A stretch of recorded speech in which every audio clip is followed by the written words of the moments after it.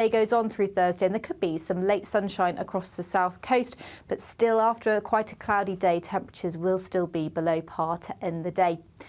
Through tonight, we'll see that rain continue to fall across northern areas, but it will slowly turn lighter as the night goes on. There's going to be a lot of cloud around. Could see some clearer skies across the far south and east, but most areas should see quite a cloudy start to the day on Friday, a little bit cooler than it has been of late as well. We've got slightly fresher air that's starting to move in. Now, that area of low pressure slowly starts to fill, and as a result, that rain will ease through Friday. So a drier day on the whole. We could see a few showers breaking out, particularly across northern areas, but across the south, it's going to be a drier day.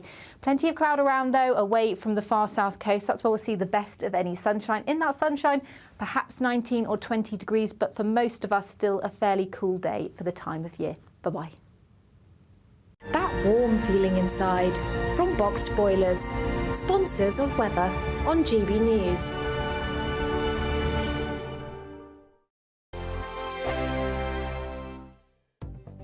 The latest GB News travel. Good morning, I'm Russell Holding. In Aberdeenshire, the A947 is partly blocked by an accident south of Fyvie, and it's completely blocked by an accident at Newmarket. Now on the A720 Edinburgh City bypass, the inside lane's closed eastbound when someone's broken down just before the Baberton junction. It's taking around 50 minutes in queues back on the M8 from junction 3 at Livingston. The A1 in County Down is partly blocked northbound where a lorry's broken down at the A101 junction south of Lisbon, with queues towards there, back beyond the Hillsborough roundabout. Train services are suspended between Preston, both Glasgow Central and Edinburgh Waverley because of flooding. There's no service between Sheffield and Stockport because of a fallen tree on the line. In Suffolk on the A14, there's a lane closed eastbound after an accident on the Orwell Bridge between junctions 56 and 57 causing queues. And in Wiltshire, the A36 is closed southbound out of Salisbury for repairs after an accident. That's the latest. You can stay up to date throughout the day by visiting our website, gbnews.com. Britain's Newsroom, weekday mornings from 9:30. So, a private members club in London, the Garrick Club, has voted to allow women members for the first time in its history. So it's been around for 193 years. Women were not allowed as members, but they could go in as guests of male members. But there was a vote last night, 60% said time to allow women in on equal terms. We don't really care about being part of a stuffy boys' club, and to join us to talk about this is Georgia Gilholey. Good morning, Georgia. Do women care about this? Have The Guardian got nothing better to do? Apparently not, considering we have a huge range of domestic and global crises ongoing at the moment. I think first and foremost, this was a campaign. It's been successful now by and for elites. I believe the chief reporter at The Guardian who spearheaded this was Amelia Gentleman. That's right. And in the initial coverage, she didn't even mention that her father-in-law, I believe, Stanley Johnson, obviously the father of former Prime Minister Boris Johnson, a very influential member of the Tory party. She didn't mention that he was a member, which I find bizarre. It's something that should have gone on that list if it was a list of influential members, which it was. So hang on a minute, who's that? Amelia Gentleman wrote the story in The Guardian. She's married to Joe Johnson, Boris's brother. Boris's brother. And so Stanley is a member of the Garrick, but she omitted that from her piece. Ah. Yeah. And I think, you know, the majority of British women won't have even heard of the Garrick Club, nor any sort of private members' clubs in London. It's a very kind of elite inside thing. It's actors, lawyers, writers. Yeah, and I think they absolutely have their place, especially for networking with people in different careers or the same career as you. I think they have their place, holding charity events, that kind of thing, and conferences. We already have members' clubs mixed, and that stuff is still not happening. Just putting men and women together in this one space isn't going to help women in terms of cross-gender networking.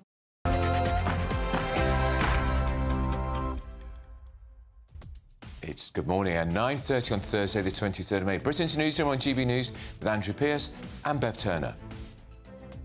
Spoke with His Majesty the King to request the dissolution of Parliament. The King has granted this request, and we will have a general election on the 4th of July. It was a shambolic announcement, but the election campaigning begins as Rishi Sunak calls for a summer election. He spoke to GB News this morning. The question for the country is, the choice of this election is, you know, who's got the boldest ideas, the clearest plan to provide a secure future for you and your family.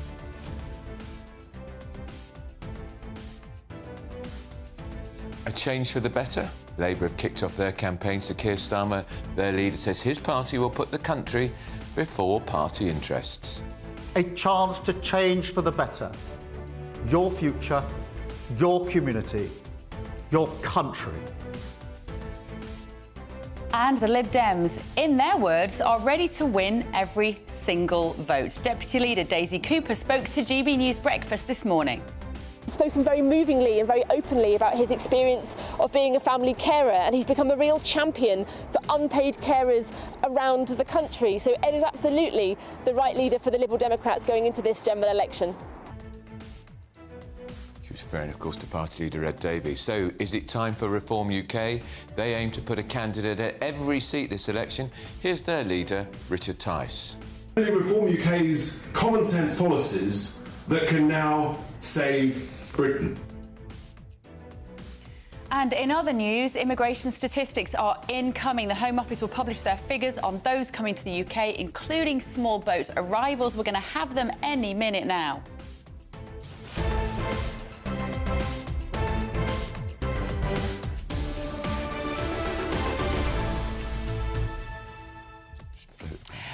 Let us know your thoughts this morning, gbnews.com/your say. As we were coming on air, Well, there's going to be a Reform UK press conference about the immigration figures, and of course we'd all want to know if Nigel Farage, told GB News last night, he's going to sleep on it overnight. Yeah. Is he going to run for Reform UK? Are we going to get the announcement this morning? I think just as we were coming on air and having our microphones put on, I think Nigel Farage was telling this channel he's not going to stand for reform at the incoming election. As predicted here. Right, a lot to get through this morning. This feels like the start of the next 6 weeks, doesn't it? Don't go anywhere. First, though, Sam Francis with your news.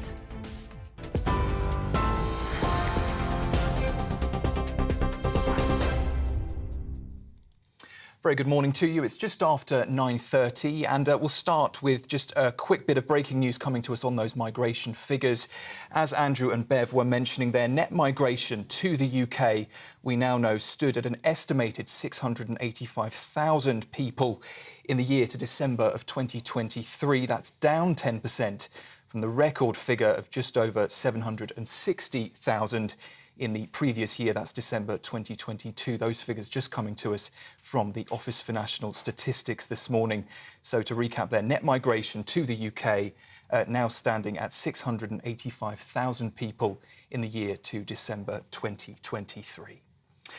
Well, in other news, Rishi Sunak is urging voters to re-elect him if they want to see the Rwanda plan put in place, but admits that deportation flights will not take off before the general election. The Prime Minister also says he'll be putting the economy and global security at the heart of the election campaign. It comes as political party leaders begin their 6 weeks of campaigning after it was announced a summer general election will be held on the 4th of July. The timing of the announcement has come as a surprise to some, with Labour polling 20 points ahead in the polls. Kicking off the Conservative campaign this morning, Rishi Sunak claimed that Labour would do absolutely nothing to stop the boats. Everyone else is starting to agree with my approach, which is bold. The one person that doesn't is Keir Starmer. That's a choice at this election. He thinks that we should just offer an amnesty to illegal migrants to make us the soft touch of Europe. It would make us a magnet for thousands of migrants coming from everywhere. So that's the choice at this election. Do you think my plan is the right one? Do you think I'm the one that's taking bold action to secure our borders and to stop the boats? Or do you think he's going to do that? And it's pretty clear that on this issue, not only does he not share the country's values that it's a problem, he's going to do absolutely nothing about it. And staying with general election news, we'll cross live now to Sir Keir Starmer, who's kicking off Labour's election campaign in Kent this morning. A constituency like this one, that means supporting local businesses and our town centres, so places like Gillingham can thrive once again. It means investing in our NHS so that we can bring down waiting lists and ensure people can get doctor's appointments. And it means more police on our streets so that people feel safe again. This is a real opportunity for change, not just in Gillingham and Rainham, but across our country. So, to kick off our campaign, please join me in giving a very warm welcome to the Deputy Leader of the Labour Party. Welcome to Gillingham FC, Angela Rayner. Thank you so much. And I know you're going to be such a fantastic voice here in Gillingham and Raynham, and it is absolutely brilliant to be here and for the country to finally get a say on the future of Britain, because we need to turn the page. We've had 14 years of chaos and decline, excuses, and people just feeling like their area is not getting the support they need. Whatever service people try and access these days, they find it's like wading through treacle. You can't. And talking of wading through treacle, we're going to leave Angela Rayner to speak. We're going to go back when Keir Starmer starts talking to you all. Massive morning here, of course, in GB News. We've got Sam Lister with us, political editor of the Daily Express, and former Labour advisor Stella. I'm never getting Chandekidu. Thank you, Stella. Chandekidu. I'm so sorry. I should have got that right by now. Right, reactions, ladies. And Andrew, to this news, we've got an election. Sam and I think, might have even talked yesterday because I'd heard before I'd left the show that this rumour was around. I thought it was, by 1 o'clock I was convinced it was happening. I mean, yesterday morning, Westminster just went wild, but Westminster does go a bit mad sometimes, and you have to kind of step back and go, is this true? Is this real? Or is it just people kind of contagion, you know, everyone gets a bit carried away? And, you know, me and the other political editors were all chatting, like, is this really on? Is it on? Like, what does it actually feel like? And then we went to PMQs. Rishi Sunak was given an open goal to deny, he didn't. And then we have a little huddle afterwards with number 10 where we all stand round and we kind of throw questions at them, and they just would not kill this story, and then you just knew this is on. Sorry to interrupt, Sam. We're going to go back to Sir Keir Starmer in Gillingham. Here he is.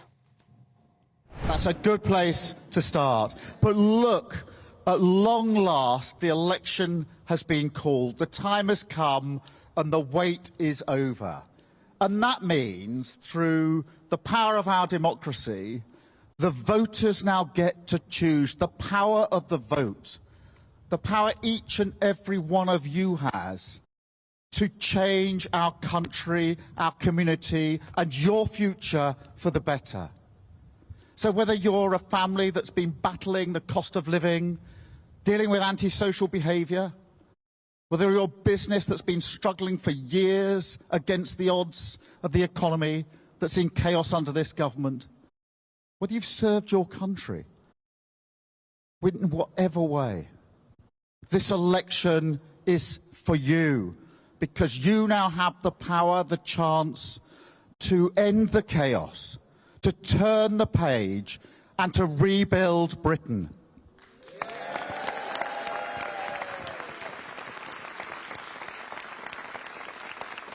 And we've had 14 years of going round and round in circles, getting absolutely nowhere. Chaos and division, feeding chaos and division. And that has a cost, a human cost. In Milton Keynes, I met Will, who's a fireman. And he has a simple dream, not an unreasonable dream. He wants to own his own home.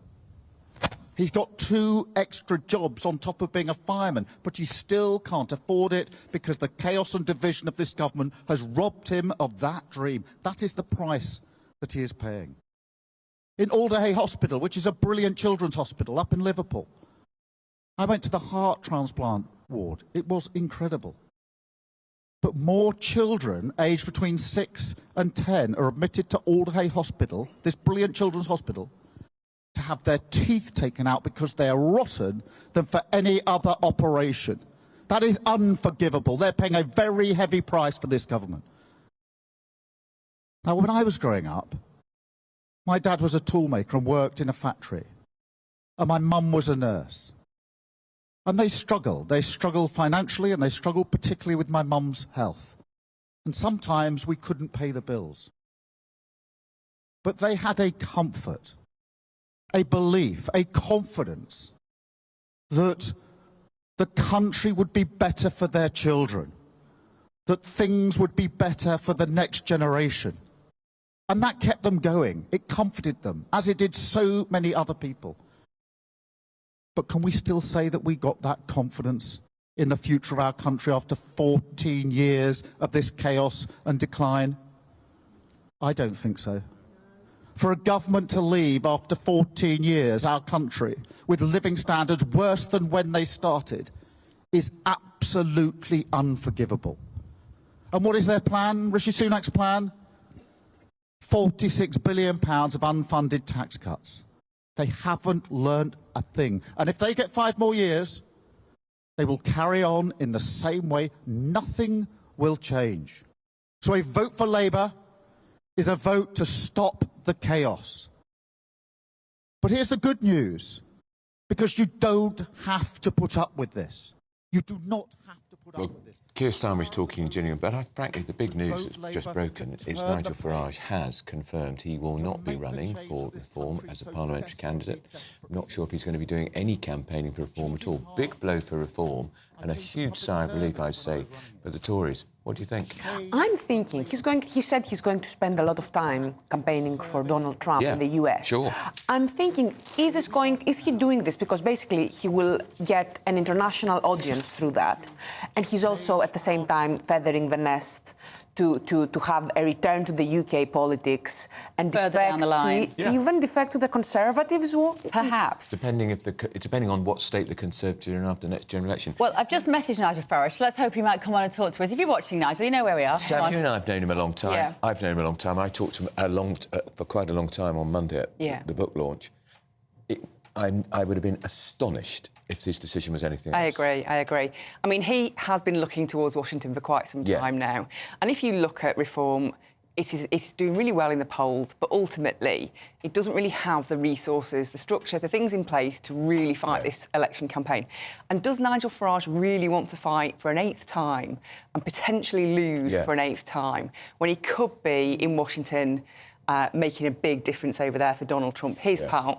So I think it was never going to be anything other. Nigel did say on GBNews last night that he thinks Rishi Sunak, I mean, I guess Nigel would say this, but he thinks Rishi Sunak going for this date was partly because of his fear of Nigel and the Reform Party, and that he might come back. And if the Reform Party had had 6 months to get more organised, they might have taken a chunk out of them. Could that be true?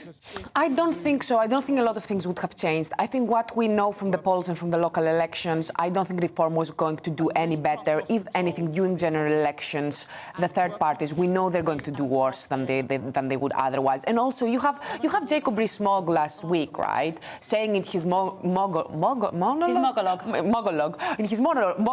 that he invites Reform Party to join the Conservatives. So I do think that for a lot of Reform voters already, they have gotten the message that if they have a right-wing enough MP standing in their constituency, they should go for it. Right. Let's just talk, can we, about the announcement yesterday. I mean, it was extraordinary. Drowned rat was what social media was saying. Unfortunately, he does look a little bit like Roland Rat. That's what the Twitter users look at the headline on the Telegraph. This is the Tory graph, the House Journal of the Tory Party. Things can only get wetter. It wasn't a great look, let's be fair. I mean, it just, it just did not strike well in terms of a great big bang election launch, did it? I mean, he was drenched by the time that finished. And also there was... come out with an umbrella. I know, well, I know, but then you look like a rich man with somebody holding your umbrella, so you can't do that. You and I have been in there. There's a magnificent media centre in Number 10, which cost the taxpayer £4 million. Or you could have done it in the CCHQ. I think he wanted to talk directly to the nation, and it almost feels a bit more like you are connecting directly with people. If you are stood outside looking down that camera, it feels different to in some kind of staged room, and I think he's very keen to do that. But clearly, it didn't really work out. And then you had Steve Bray, the perennial protester, blasting out his music, and it ruined everything. It was shambolic, Stella, and for me it smacked a little bit of university politics. Somebody in there, some 12-year-old in Number 10, has said, I know, go out in the rain and it will look like you will take on James anything, Bond, even the James rain. Bond walking in the rain, and in fact, Sunak tried to spin it this morning and said, I'm not a fair weather Prime Minister, and therefore I stood there. I was like, really? No, I think it's quite the opposite. He is a fair weather Prime Minister because the reason why he's doing it now is because, and I completely sympathise, I understand him, he cannot take this anymore. Who could? His cabinet, soon to be shadow cabinet, can also not take it anymore. And there were a lot of people saying, you know, California schools start in August, and he will have seen the weather today, and he will probably have been dreaming of the California weather. Come on. No, I mean, that is incredibly cynical to say that he's doing this to put his kids in school in America. You have no evidence for that. Is it those? You have no evidence okay, for that. The evidence I have is that there is literally, other than the element of surprise, there is zero reason for him to call the election now. That is just absolutely outrageous. At the very least, there's good reason, because Reform are on the ropes, and it's flashed out Nigel Farage very quickly. Absolutely not. Like no, it is. It's a very good reason to go out. If any prime minister who wanted a fair chance would wait till the last moment to call the election. I hate to interrupt you. It's such a great debate. More of this morning. We are running a little late because obviously there's lots of breaking news. Don't go anywhere. We're going to be looking at Home Office official immigration figures. It's hot off the press. Don't go anywhere.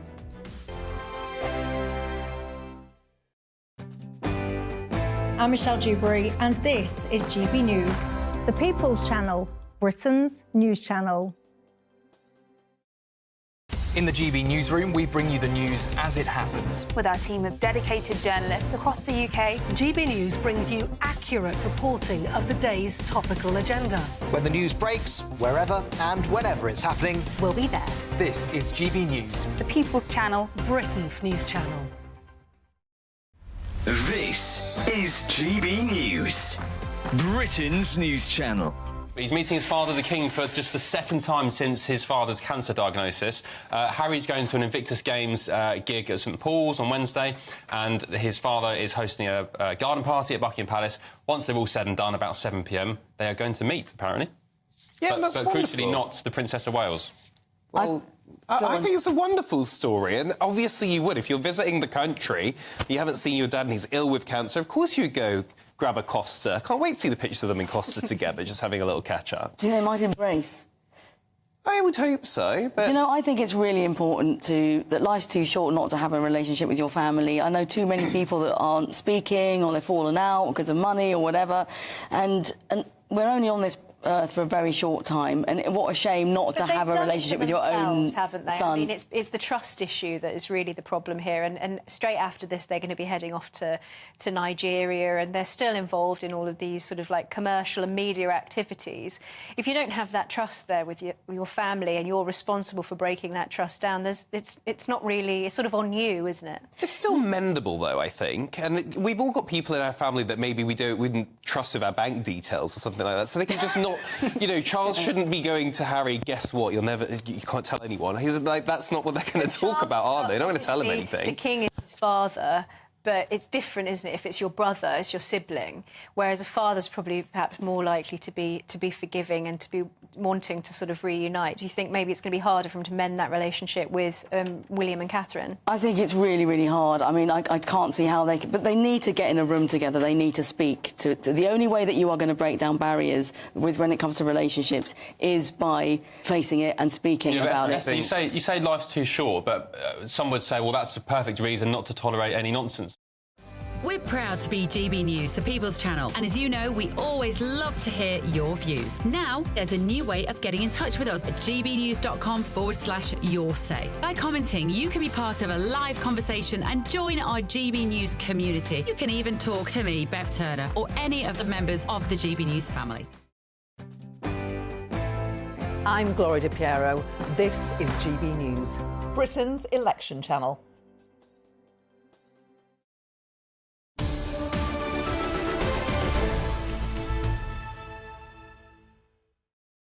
9:52. Thank you for joining us. Rishi Sunak has said that no asylum seekers will be sent to Rwanda before the election under the government's deportation scheme. God, that's very depressing, isn't it? Our Home Security Editor, Mark White, joined us. Now, Mark White, I thought one of the reasons he was going now is because he was going to be able to point, look, I've got the planes in the air before July the 4th, and it's a sign that the deterrent scheme is working. So what's he said? I was saying yesterday that you know, getting one or two flights off is perhaps, it makes a bit of sense, because then you don't have to prove that it was actually a deterrent in the end, just that you followed through on your plan, and under Keir Starmer, that plan would be cancelled. But I'm genuinely shocked at the Prime Minister clearly admitting that no flights are going to go off. They're laying the groundwork, is what he said. This is what he told Breakfast this morning.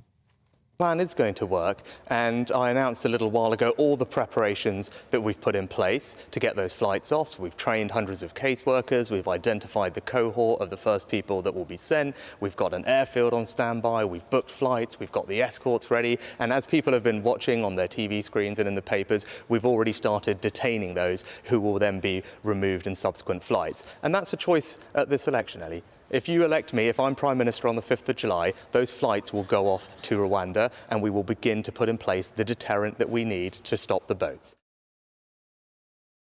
It's very clever in a way because he's taken the pressure off that policy now in the run-up to the election, saying they will take off, but it won't be the first week of July. It will be after that. So if you want me, you're going to have to vote for me if you want that. Yeah, you see it's clever. I'm not convinced. I think this is a very hard sell to the electorate now. If you got a couple of flights off, albeit symbolic flights, at least you can turn to the electorate and say, we've done it. It's been really hard, but we've managed to get the first flights off, and this is the pattern that's going to continue. And as I say, you don't have to prove that the deterrent has worked. Going later in November actually shows, you know, if lots of flights go off and the deterrent doesn't work, then you really are in a very difficult place, having spent £500 million on this.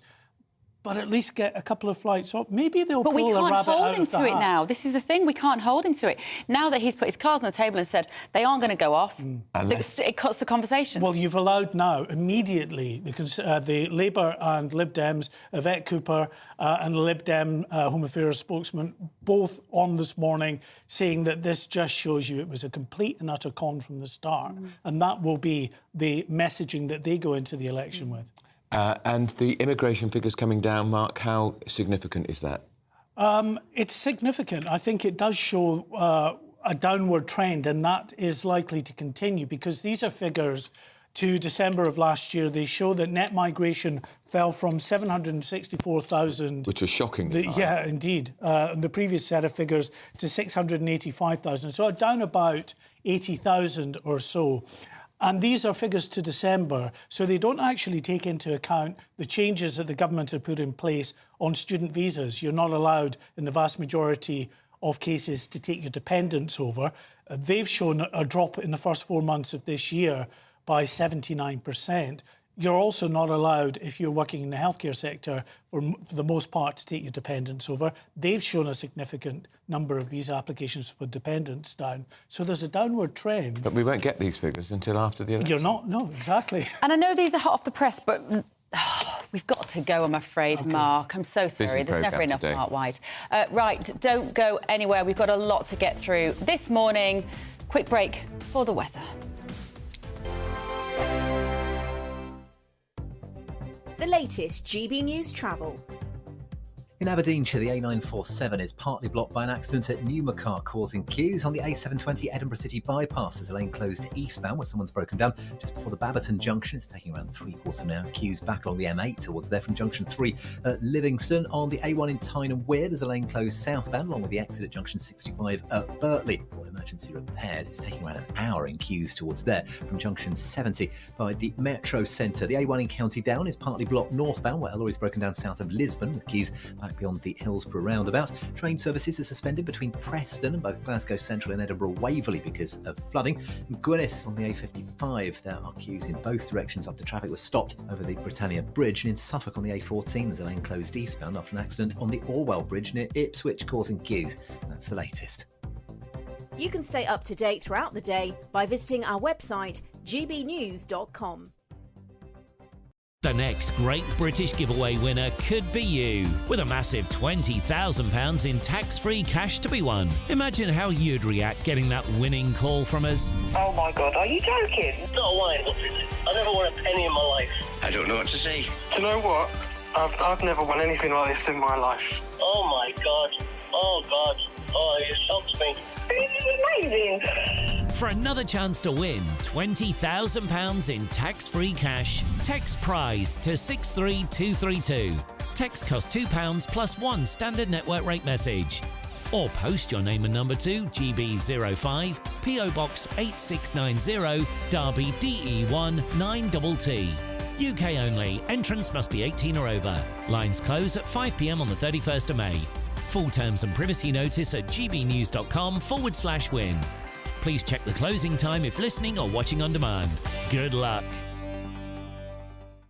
Join me, Camilla Tominey, every Sunday at 9:30 when I'll be interviewing the key players in British politics and taking them to task. This report basically says that he's not fit to stand trial. With an upcoming election looming over Westminster, now is the time for clear, honest answers. I agree. And that's precisely what I'll get. Is he indecisive? Incompetent? That's the Camilla Tominey Show at 9:30 every Sunday on GB News, the People's Channel, Britain's election channel.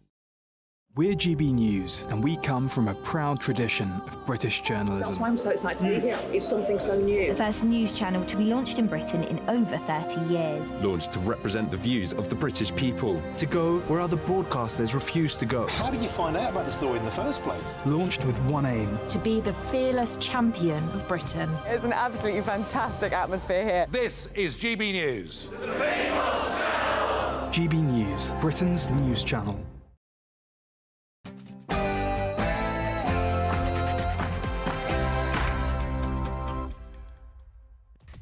10 o'clock on Thursday, the 23rd of May. This is Britain's Newsroom on GB News with me, Bev Turner, and Andrew Pearce. So Nigel Farage has confirmed he is not going to stand as a Reform UK candidate in a bombshell announcement. And Sunak's big gamble. The election campaigning begins as Rishi Sunak calls for a summer election. It's only 6 weeks to go. He spoke to GB News this morning. Question for the country is, the choice at this election is, who's got the boldest ideas, the clearest plan to provide a secure future for you and your family. And a change for the better, that's what Labour is saying. They've kicked off their campaign in Kent. So Keir Starmer says his party will put the country before party interests. A chance to change for the better. Your future, your community, your country. And out of time, the Lib Dem leader, Sir Ed Davey, didn't waste any time to react to the general election announcement either. This government is out of touch, it's out of excuses, and it's out of time. And net migration is finally down. Breaking news, it now stands at 685,000 in the year to December, down 10% from that record of 764,000 the previous year. Elsewhere, I am very, very sorry. That was the message from the former Post Office Chief Executive Paula Vennells to sub-postmasters impacted by the Horizon IT scandal.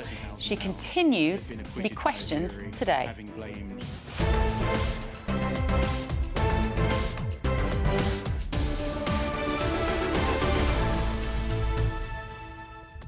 She must be delighted that the election's been... Paula Vennells, God, luckiest woman in Britain, because she'd have been wall-to-wall broadcast out, it's newspapers, but it's not getting the coverage. She's swinging on a giant hook, and now we're not looking that way. How many times do you think she's cried today?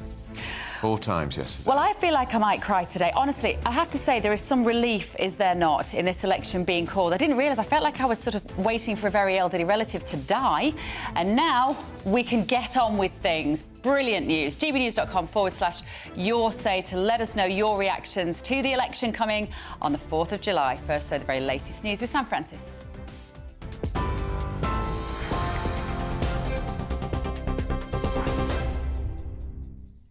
Very good morning to you. It's just coming up to 3 minutes past 10. A look at the headlines this morning. The Prime Minister is urging voters to re-elect him if they want to see asylum flights to Rwanda, conceding they won't take off before the general election.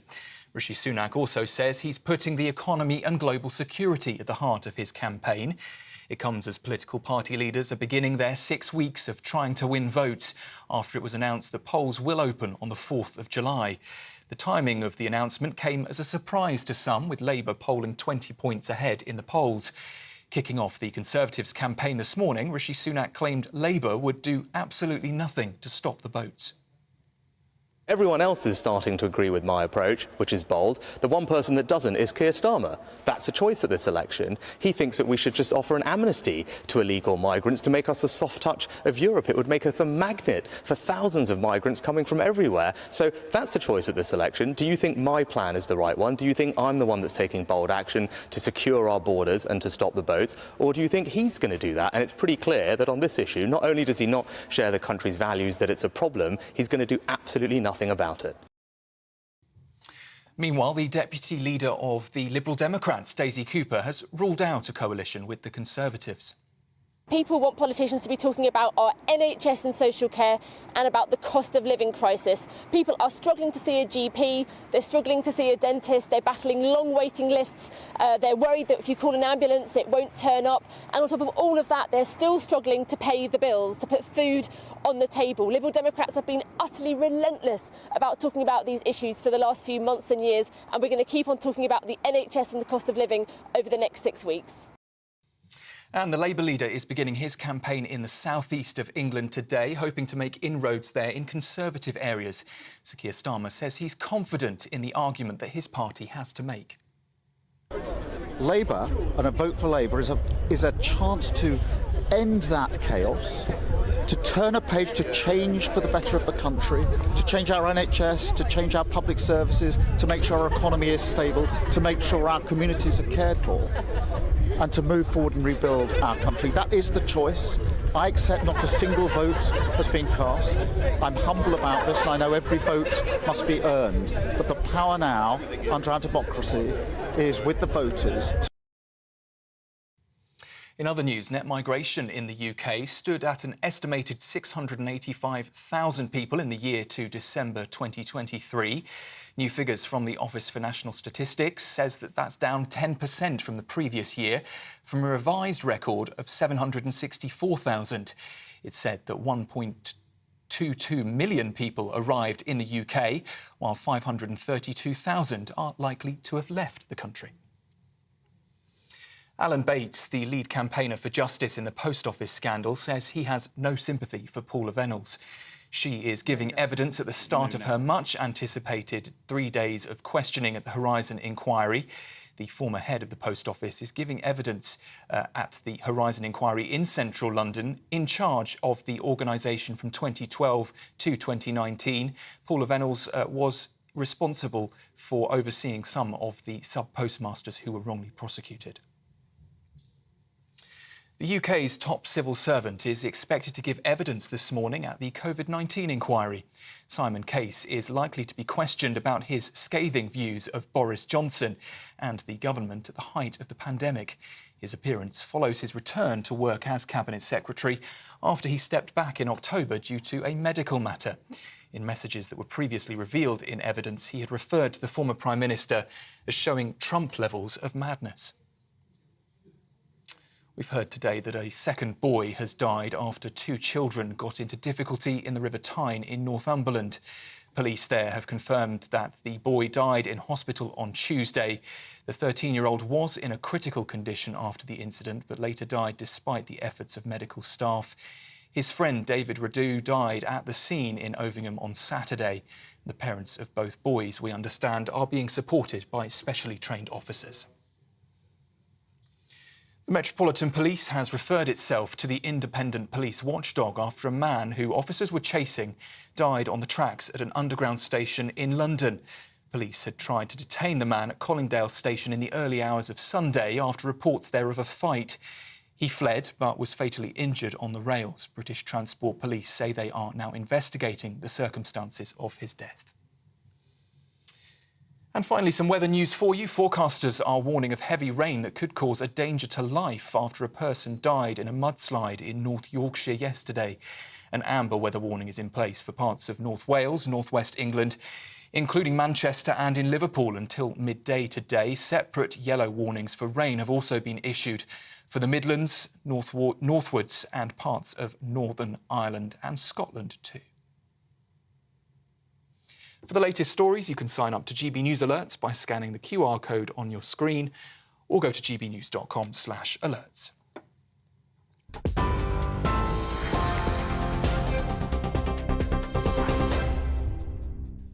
It's 10:08 with Britain's Newsroom on GB News with Andrew Pearce and Beth Turner.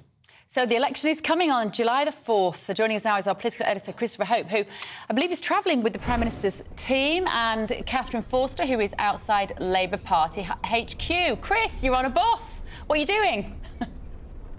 Hi, Hi, Bev. Hi, Andrew. Yeah, I'm on a bus going through the East Midlands here with the Prime Minister's team on a tour of the 4 nations of the UK as he tries to get his campaign off to a better start than in the rain in Downing Street. There is some boost here for the Tory party. We have got this news from Nigel Farage. He will not stand as a candidate for the Reform UK party at the July 4th election. A Tory spokesman tells GB News right now it doesn't matter who Reform will have standing at all. All it does is make a big Labour majority more likely. Keir Starmer wants you to vote for Reform because he knows it will divide the Tory vote. A vote for Reform means a Labour government with higher taxes, an amnesty for legal migration and a betrayal on the EU. It's very clear to me the Tories believe that the Reform UK polling was boosted by the hope that Nigel Farage would stand for that party and be its leader, maybe replacing Richard Tice. That hasn't happened, and what may happen now is that voters may look at Reform and say it's not what they thought it might be, and they might go back to the Tory party. So it could be a boost here on day one of the election for the Tory party. Chris, have you got any sense from the team there whose idea it was to put Rishi Sunak in front of that lectern with no umbrella in the rain? Are they all despairing at that decision now? Not yet. I think we've heard from the PM himself today saying that he felt he had to do it from the lectern. That's the tradition. He couldn't do much else but go out when they thought there was a break in the rain. It didn't break. He's never late, Bev and Andrew, for anything he does. He was 7 minutes late. They clearly were waiting for a break in the clouds. He's joking here in Derbyshire. He has got his brolly with him. He's talked to factory workers here in East Midlands, talking about the flights will take off in July. He's got airports booked, flights are booked, but probably off the general election. He's been talking about the NHS and his approach on net zero. We're starting to see a feel here for why he thinks he can get elected as the next Prime Minister for an unprecedented 5th Tory term. All right, that's Chris Hope, who's with the Prime Minister. Catherine Forster's outside Labour Party HQ. Catherine, they're all fanning out across the country already. Yes, they are, and good morning, Andrew and Bev. Sir Keir Starmer, of course, in Kent this morning, surrounded by people holding placards that simply say one word: change. That is Labour's key pitch. They're saying in the speech yesterday, where Sir Keir Starmer was very warm and dry, wasn't he, compared to the Prime Minister, stop the chaos, time for change, and then build a better Britain. Now, I'm here in Southwark outside Labour HQ. This morning, I've seen Sue Gray, Sir Keir Starmer's Chief of Staff, come in. A very controversial appointment, wasn't it, that last year? Of course, she'd led the Partygate investigation. Also talking to some members of Starmer's team that I know that came over for a chat a bit earlier on. They are as shocked as anybody else in the whole of Westminster, to be honest, that this is happening now. They were not expecting it either. But that said, people close to Starmer told me very many months ago that they were going to be ready for it whenever it happened. I did learn yesterday, though, that the speech that Starmer gave was only written about 2:30 in the afternoon. All right, that's Catherine Forster outside the Labour Party HQ. Who better to talk to than about the appalling launch for the Tory party yesterday than Piers Pottinger. Belle Pottinger, you've advised various Tory leaders, Prime Minister from Thatcher, Major. I mean, I couldn't believe my eyes, Piers. Neither could I. And then I realised that Rishi was probably auditioning for his next job, which is, I know you're a lover of musical theatre, and I think he's obviously lining himself up to play the lead in Singing in the Rain.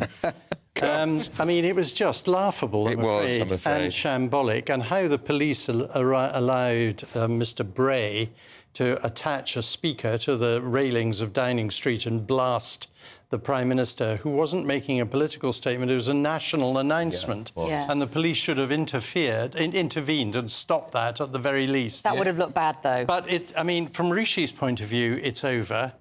We should be looking at the next Prime Minister, the next leader of the Conservative Party. You don't think there's even a chance he can fight to a Parliament? Well, there's a slight chance because the Labour Party have chosen the word change, we've just heard, and it's very apposite because Keir Starmer's policies change every 5 minutes, according to what he thinks people are going to want to hear.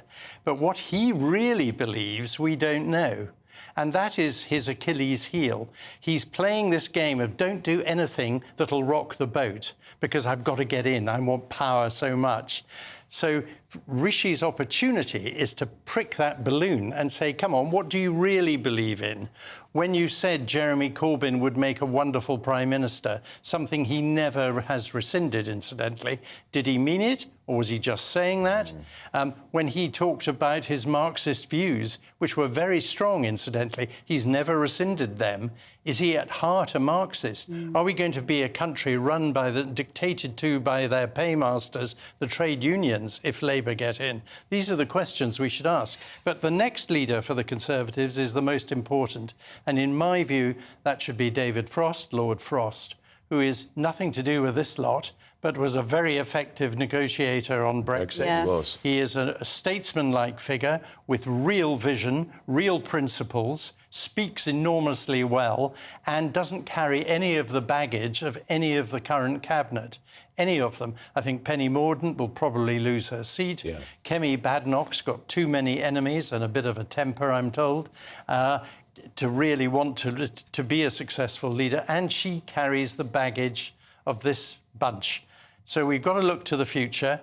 I think Nigel Farage not standing has helped the Conservatives immensely, because there's no doubt at all if he did stand, it would be good.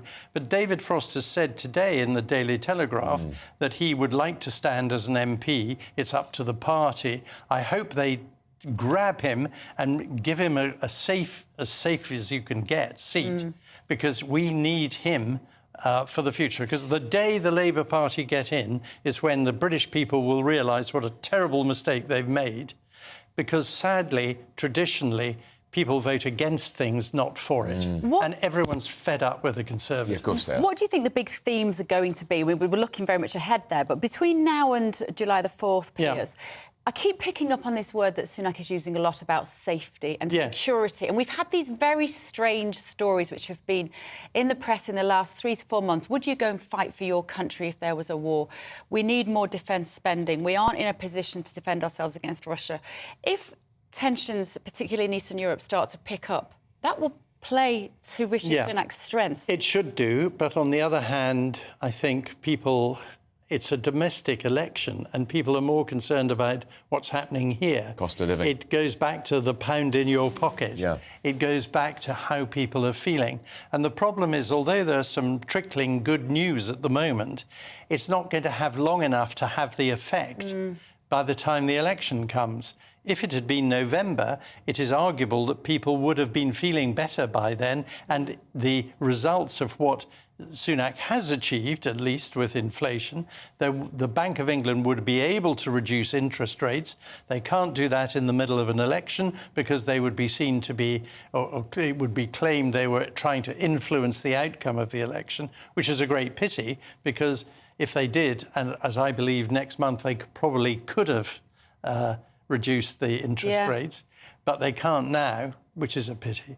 So in some ways, going early is a huge gamble, but it also, to me, is a bit defeatist, because I think Rishi knows the game is up and it's over for him and his bunch of, let's face it, not very impressive cabinet ministers. Well, and I'd love to know who led him out with that launch, because if that becomes the metaphor for the campaign... Well, it will do, I'm afraid, because, I mean, it was just shambolic. But I think what was also... You can stand there in the rain like that. If you can think on the hoof and you can make a virtue of it. The fact that he stood there and ignored the rain is what makes him a weak leader. Well, he was also reading a script not particularly well. Yeah. He didn't have the confidence or the authority.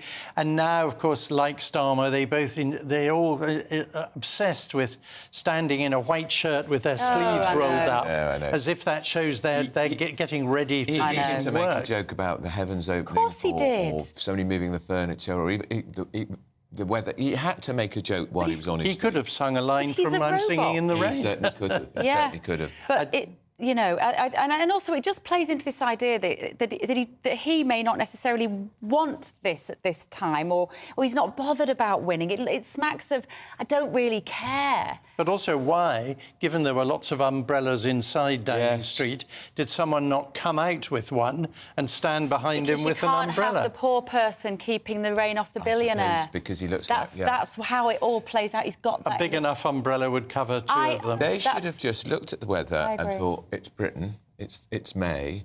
You can't rely on the weather. Yeah. We've got a very nice media centre here. We'll do it there. Or Tory Party HQ, outside Tory Party HQ.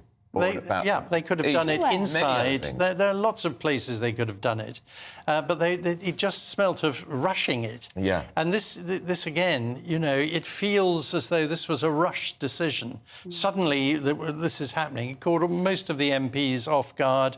Some of them last night were talking about trying to stop the election, which is absolutely absurd idea, and of course hopeless. The other question I have is, which no one seems to have mentioned, is we've been hearing a lot of rumours about a lot of MPs going to defect, other than the Poulter man and that ghastly woman, to become traitors. And there was someone saying there were as many as 26 about to cross the floor. Did he call the election to stop them crossing the floor? Quite likely. That is in the back of my mind. Yeah. There may have been more defectors lining up, and he couldn't have stood that. Would have been very damaging. Couldn't have withstood that. Very damaging. Would have finished his leadership, actually. It would have done. Right, Piers, thank you so much. Well, much to talk about during the next 6 weeks. Still to come this morning, it's a left-wing think tank, isn't it, Demos? It certainly is. They have reported that disinformation about low-traffic neighbourhoods online was problematic because it changed how MPs thought about that particular policy. In other words, let's clamp down on free speech from the left. This is Britain's Newsroom on GB News.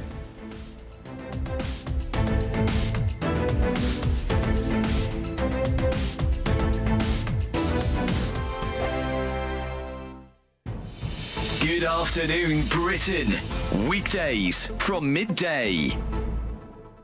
So there are migrants who come here and they make a big contribution and they pay a lot of tax.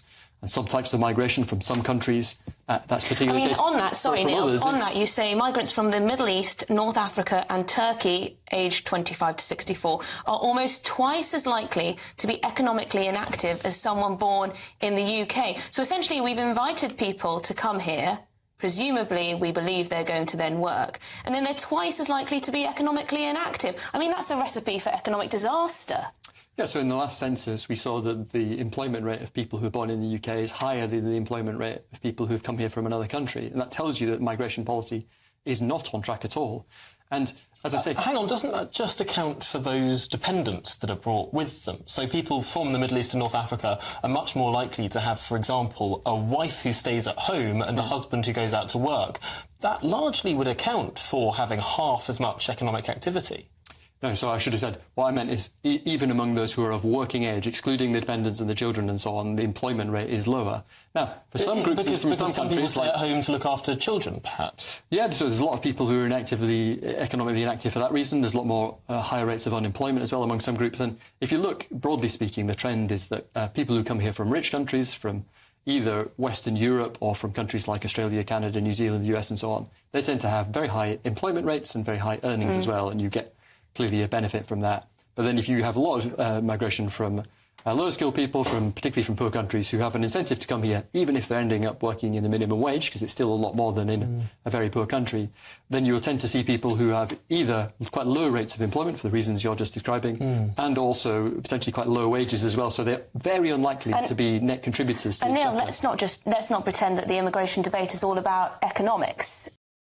We're GB News, and we come from a proud tradition of British journalism. That's why I'm so excited to be here. It's something so new. The first news channel to be launched in Britain in over 30 years. Launched to represent the views of the British people. To go where other broadcasters refuse to go. How did you find out about the story in the first place? Launched with one aim. To be the fearless champion of Britain. It's an absolutely fantastic atmosphere here. This is GB News. GB News, Britain's news channel. Are the newspapers getting you down? My wife didn't divorce me that month. Struggling to separate the wheat from the chaff? I know that it's a bit of a circus at the best of times. Well, don't worry. Headliners has got you covered. We'll take the burden of reading the day's news, and if we get depressed, who cares? It's an occupational hazard, frankly. That's Headliners on GB News from 11 p.m. till midnight, and the following morning, 5 till 6 a.m. on GB News, the comedy channel. Nah, just kidding. Britain's news channel.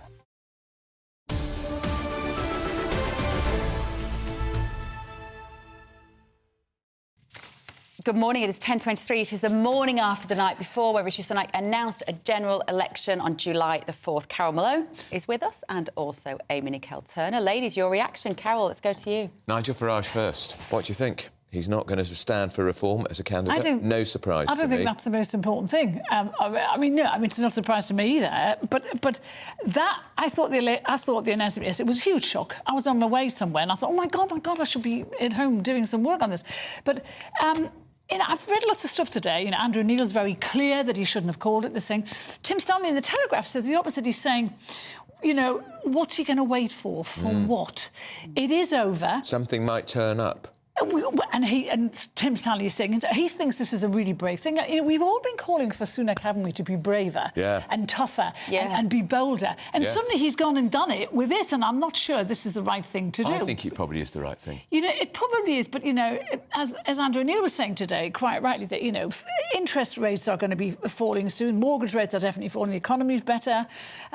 People have a bit more money in their pocket, not a lot, but things could have got better by November. But it's also next to Christmas. And are people thinking about politics at Christmas? I don't think they are. Don't you think people have made their mind up? I think that, and I think when a lot of them... They're not listening to Rishi? I think a lot of them made it up at Partygate. I think, I hear it all the time, and you guys must hear it more than me. They didn't forgive Boris. They're never going to forgive the Tories for that. I'm not sure what any other government could have done better than the Tories during COVID itself. However, I just think it is overfun. It's quite a brave thing to do. I just hope when Labour get out there, I want people to grill them about how they're going to do what they say they're going to do. Because they don't tell us what they are going to do. Those pathetic pledges that Starmer made last week, that even his own cabinet have forgotten about. But I want to know where the money's coming from, because we know it's going to come from taxes, and we know that everyone's going to be hit really hard. And Labour, I don't think Labour are ahead in the polls because they're good. I think they're ahead in the polls because the Tories have done so badly. So I want them to explain. It feels like we've got all this there is a sense of political fatigue in this country, the public. We've even been feeling it. And I said it feels now, it's a bit like, when you're waiting for an elderly relative to die and they go, and it's a little bit of a mixed emotion in that you're glad they're out of their suffering, but also you realise how much you've all been on tenterhooks, actually, with this drawn-out process. And I don't mean that as in the end of the Conservatives. I don't mean that, but I just mean at least we're all focused now, and at least people's minds are now engaged on that deadline. Yeah, they are. However, he said to loose women that we could book our holidays. He did. So what did I do? I went and booked to go to Vegas, so I'm not even going to be around. But that was only in the last couple of weeks he said that. I think he said that last week.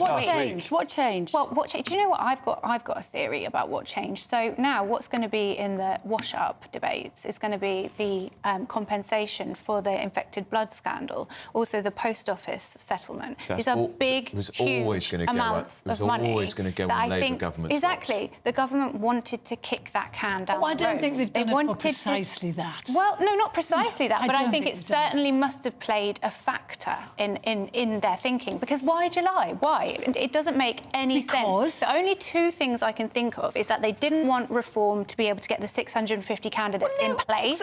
They didn't want them to be able to vet them, so that now, if they do get them in place, we can all kind of go through them and find their flaws very easily. They won't be completely checked. There's not enough time. And also, I do think that the vast amount of money that it would have cost to settle the infected blood scandal, which the Conservatives, they want to look like they really care, but it's just not financially possible for them to be able to deal with it. Parliament goes into recess for the summer, and he knows they can't do anything during recess. The Tories can't achieve anything during the recess. So when they come back in September, they're not going to achieve anything. So why not now? Why not now? I think, to me, it makes... But there's another factor, in my view, Malone. It's not just that because Reform aren't ready.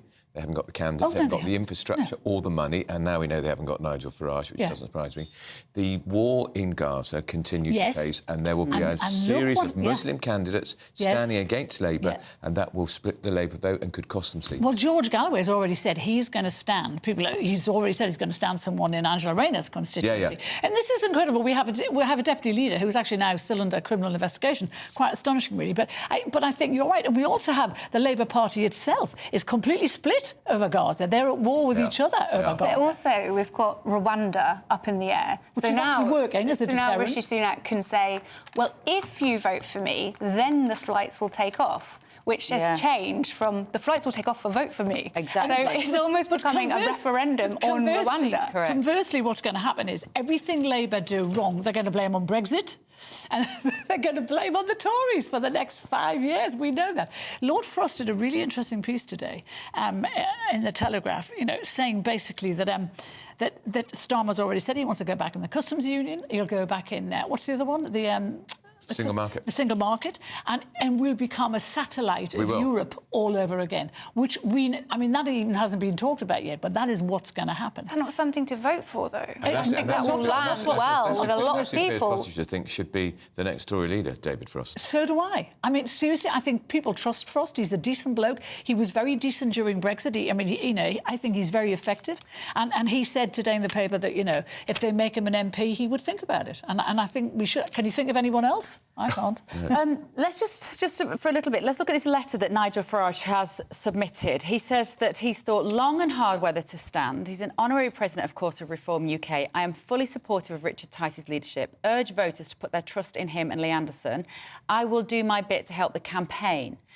But he then says, although the general election is important, the contest in America has huge global significance. A strong America as a close ally is vital for our peace and security, and I intend to help with the grassroots campaign in America in any way that I can. He's a That's patriot. going to upset a few people, isn't True it? patriot Amy? Nigel Farage there, doing his bit for the country. He's going to do his bit for Reform UK, though. And but he's not going to make?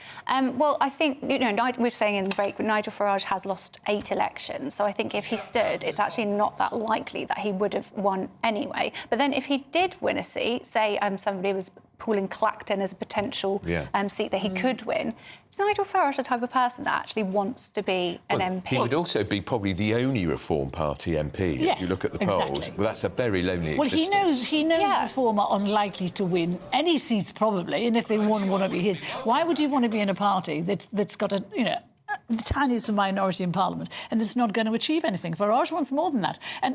But I think the decision in America, I don't know whether we think that Trump is employing him to go on the team. He'll be doing a lot of the warm-ups for Trump. Yeah, he's done it before, and he does it very well. Yeah. And they're very good mates, and they get on very well. Yeah, that's kind of what you do. That's much more glamorous than the American presidency. President of the United States. And you never know, if Trump gets a big job, becomes president, Mr. Nigel Farage, would you like to be my official advisor? Why not?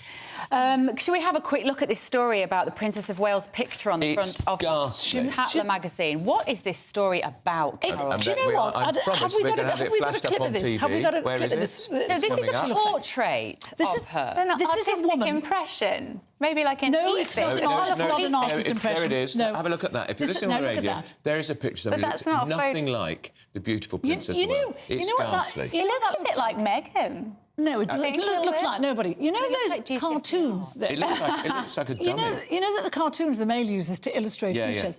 The faces.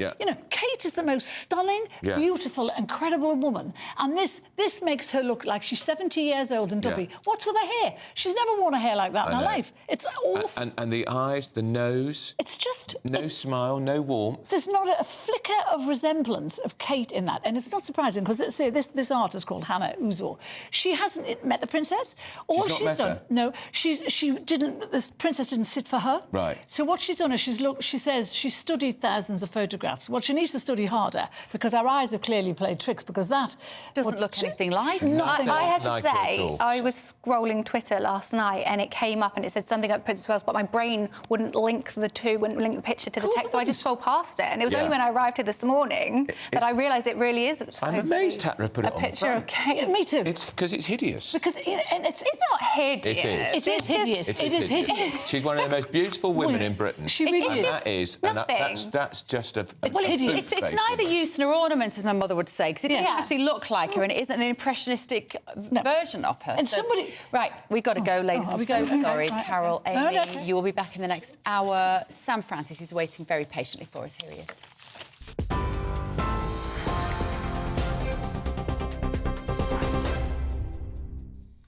Good morning to you. Just coming up to 10:33, the headlines this morning. The Prime Minister is urging voters to re-elect him if they want to see asylum flights take off to Rwanda, conceding they won't get off the ground before the general election. In Derbyshire, Rishi Sunak also says he's putting the economy and global security at the heart of his campaign. Meanwhile, in Kent, the Labour leader Sir Keir Starmer told voters what the Conservatives have done to the country is unforgivable and says voters now have the power and the chance to end the chaos and to rebuild Britain. Net migration in the UK stood at an estimated 685,000 people in the year to December 2023. The Office for National Statistics says that's down 10% from the record of 764,000 in 2022. Official figures suggest just over 1,200,000 people arrived in the UK last year, while an estimated 530,000 are likely to have left. The Metropolitan Police has referred itself to the independent police watchdog after a man who officers were chasing died on the tracks at an underground station in London. Police tried to detain him at Colindale Station in the early hours of Sunday after reports of a fight there. The man fled but was fatally injured on the rails. And forecasters are warning of more heavy rain that could cause a danger to life after a person died in a mudslide in North Yorkshire yesterday. An amber weather alert is in place for parts of North Wales and North West England, including in Manchester and Liverpool until midday today. Separate warnings for rain have also been issued for the Midlands and parts of Northern Ireland and Scotland. That's the latest from the newsroom for now. Another update at 11 o'clock. Until then, you can sign up to GB News Alerts. Just scan the code there on your screen or go to gbnews.com/alerts.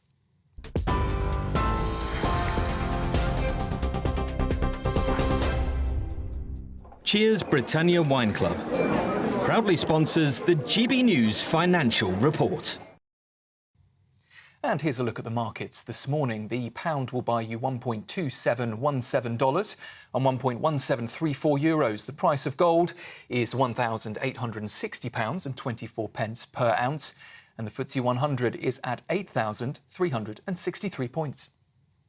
Cheers Britannia Wine Club proudly sponsors the GB News Financial Report.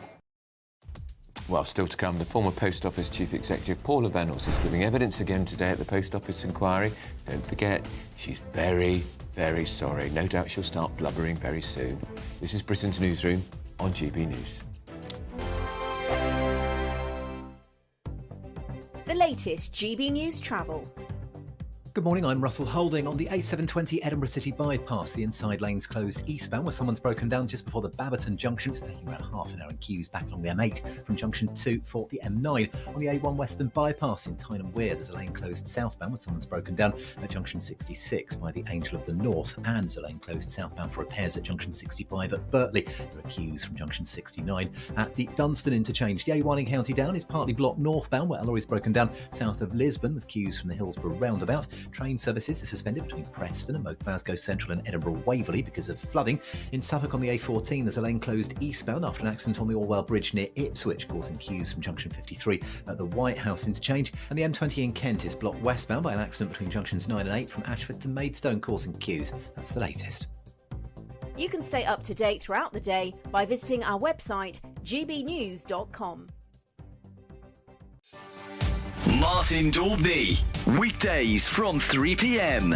2,000 football banning orders have been issued to England fans ahead of this summer's Euro 2024 tournament in Germany. But authorities think that more than 300,000 England supporters could go to Germany, with Scotland fans, of course, also expected to travel in huge numbers.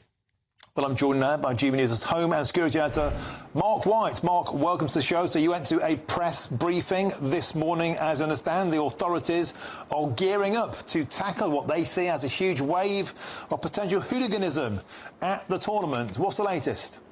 Well, they're certainly not saying they're expecting hooliganism, and they are preparing for the worst, of course, if it happens, but hoping for the best. They say that in recent tournaments, England fans and, of course, Scotland fans have been pretty well behaved, but there will be very significant numbers attending that tournament, which gets underway in just over 5 weeks' time. That first match is Scotland taking on Germany in Munich, and of course just 2 days later it's England against Serbia near Dortmund. So 300,000 England fans alone they're expecting because it's so accessible. I spoke earlier to Chief Constable Mark Roberts, who is the national lead for football policing. This is what he told me.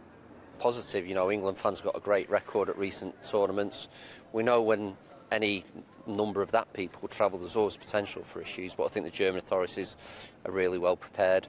And I think one of the positives, particularly thinking about our fans, Germany's a beer drinking culture, so the police are well aware of dealing with people in the nighttime economy. They deal with plenty of big festivals, so I think we're going to a place that is well suited to work with us to keep everyone safe and make sure there's no issues.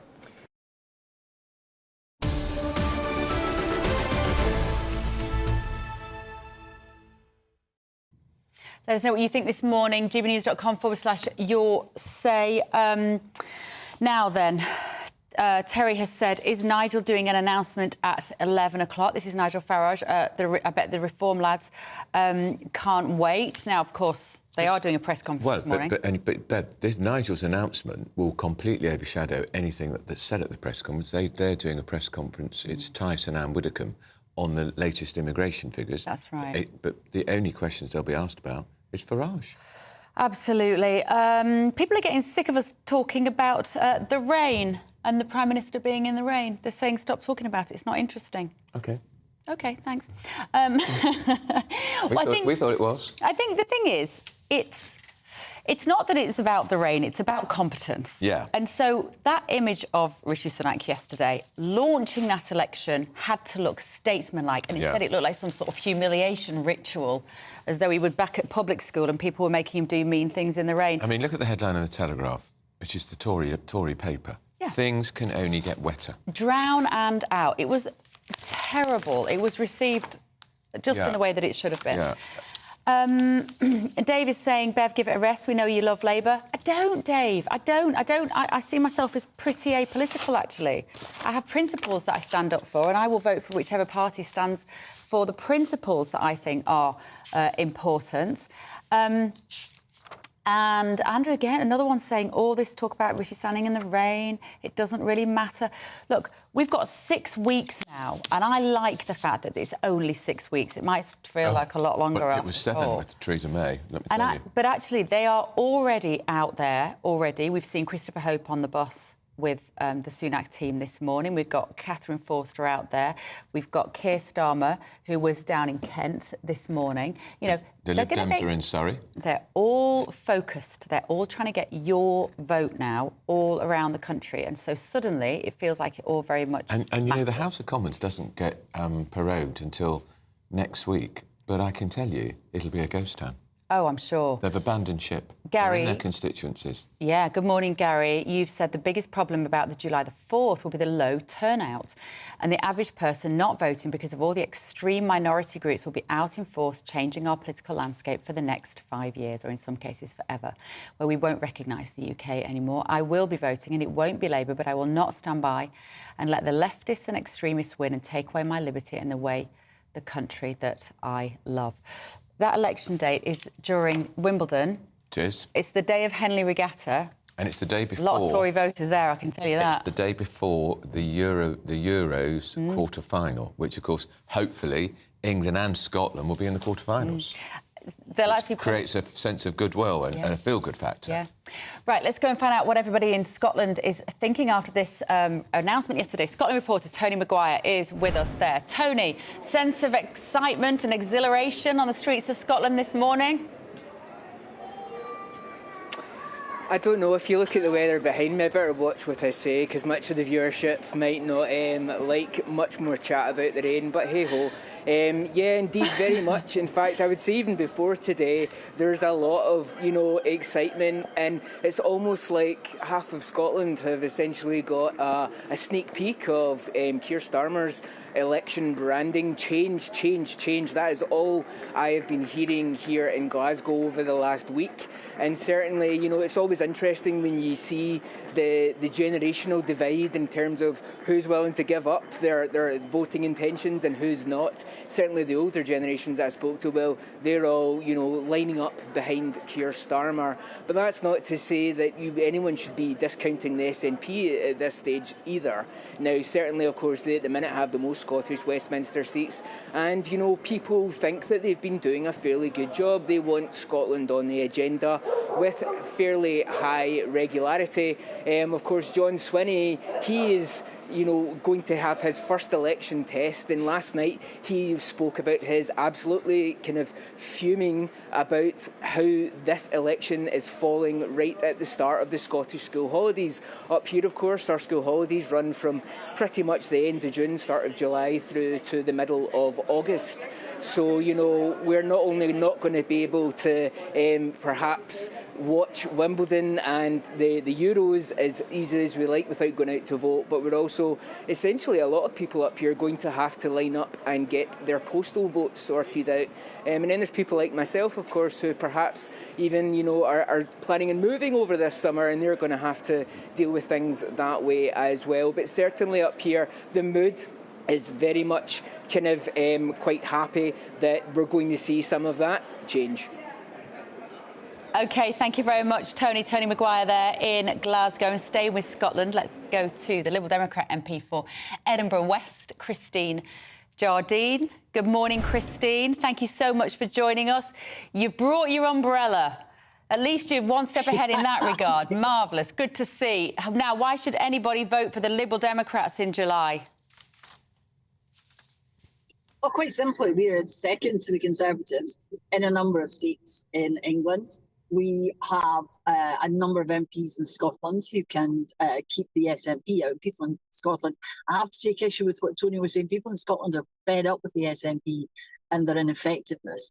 But if you want change, then vote Liberal Democrat, because we are the people who can deliver that change by defeating the Conservatives in a lot of seats in England. And I think we're going to see an increase in our seats after the election, because we listen to what people say and we serve our communities and we work hard for our communities. And we've done incredibly well over the past 4 years. Ed Davey has led us to 4 by-election wins since the last general election. And in the local council elections, we did better than the Tories and had our best result for 30 years. And if you think back, when we did best before was in '96, just before Tony Blair became Prime Minister. And we went into our most successful period in the 20th century. Christine, is it going to be an issue in Scotland, in particular, the fact that, as from what Tony was saying, that the schools will be on holiday come July the 4th? Does that mean a lot of people are going to be away? To me, that line from John Swinney is just typical of why people in Scotland are fed up with the SNP. We have an NHS in Scotland which is crumbling. We have people can't get dentists, they're doing DIY dentistry. You can't get an appointment with your GP. Our education standards are falling. And John Swinney's response to the general election is, oh, it's at the start of the school holidays. Well, people can get a postal vote. Right. And you know what? If the SNP paid more attention to actually fixing Scotland's problems rather than concocting a sort of anti-Scottish narrative at every opportunity, they wouldn't be facing problems that they are facing in this election, where they really look like having a hard time, a very hard time. I wonder, Christine, if we'll see anything of Nicola Sturgeon during this campaign. Would you welcome her on the campaign trail? I would welcome her. I don't know the SNP would, because she harks back to she harks back now to an era that they really don't want to be reminded of, and situations that they don't want to be reminded of. And Hamza Yusuf probably, he harks back to a period as well that they don't want to be reminded of. And they have a problem, because everywhere they turn, people are a reminder of the problems that the SNP haven't dealt with in Scotland. Some of them they've created. And when it comes right down to Westminster, they promised everyone in 2015 that, they would turn the green benches tartan and they would be a louder voice for Scotland. Well, they haven't been. They've been a pretty pathetic, ineffective voice for Scotland. And it's time Scotland had MPs, including myself, I hope, MPs who will stand up for the communities and who will work for the communities and who will try to improve our lot, improve the economy, work to put the NHS on a stronger footing, improve our education, instead of this constant harping on about independence and how everybody's against Scotland and this narrative of grievance, which hasn't served us well. All right, that's Christine Jardine, who's the Lib Dem MP for Edinburgh West. Thanks so much for joining us, Christine. Of course, SNP aren't here to defend themselves, and they would be robust in, of course, saying that they have been a good voice for Scotland. Now, up next, the former Post Office Chief Executive, Paula Vennells, giving evidence again today at the Post Office inquiry. Hankies at the ready? I think so, and I'm going to be reading your messages. gbnews.com/your say. Don't go anywhere. This is Britain's Newsroom. Good morning. Welcome to your latest GB News weather update brought to you by the Met Office. Further rain to come this morning with weather warnings still in force for some areas for much of the day, but it will turn drier as the day goes on. Amber rain warnings still in force until around lunchtime for parts of North West England, North Wales, and rain warnings for a large swathe of Northern England, Northern Ireland and much of Scotland as well. As I said, it will turn drier as the day goes on, but any further rainfall, particularly on top of the rain we've already had through Wednesday and last night, will cause further travel disruption. A disappointing day with temperatures down below average and quite a breeze as well, particularly across the coast, so feeling a little bit cooler than it should do for this time of year. The rain will continue across northern areas through this evening, but across the south it should turn that much drier, but still some heavy rain to come in from the north across much of Scotland. A lot of low cloud around as well, but the heaviest rain is likely to build up across parts of southwest Scotland, northwest England, Cumbria, North Wales as well through Thursday afternoon. Across the south, as I said, it does turn drier as the day goes on through Thursday, and there could be some late sunshine across the south coast, but still after quite a cloudy day, temperatures will still be below par to end the day. Through tonight, we'll see that rain continue to fall across northern areas, but it will slowly turn lighter as the night goes on. There's going to be a lot of cloud around. Could see some clearer skies across the far south and east, but most areas should see quite a cloudy start to the day on Friday, a little bit cooler than it has been of late as well. We've got slightly fresher air that's starting to move in. Now, that area of low pressure slowly starts to fill, and as a result, that rain will ease through Friday. So a drier day on the whole. We could see a few showers breaking out, particularly across northern areas, but across the south it's going to be a drier day. Plenty of cloud around, though, away from the far south coast. That's where we'll see the best of any sunshine. In that sunshine, perhaps 19 or 20 degrees, but for most of us, still a fairly cool day for the time of year. Bye-bye. I'm Patrick Christie's. Every weeknight from 9, I bring you 2 hours of unmissable, explosive debate and headline-grabbing interviews. What impact has that had? We got death threats and the bomb threat and so on. Our job is to do what's in the best interest of our country. You made my argument for me. My guest and I tackle the issues that really matter with a sharp take on every story. I'm hearing it up and down the country. That was a beginning, not an end. Patrick Christie's tonight from 9 p.m. only on GB News, Britain's news channel. GB News is the home of free speech. We were created to champion it, and we deliver it day in, day out. Free speech allows us all to explore and debate openly the issues most important to us, our families, and of course, the British people. Having challenging conversations to enlighten each other. Which is why we hear all sides of the argument. We are the People's Channel. We will always stand by the freedom to express yourself. On TV, radio and online. This is GB News, Britain's news channel.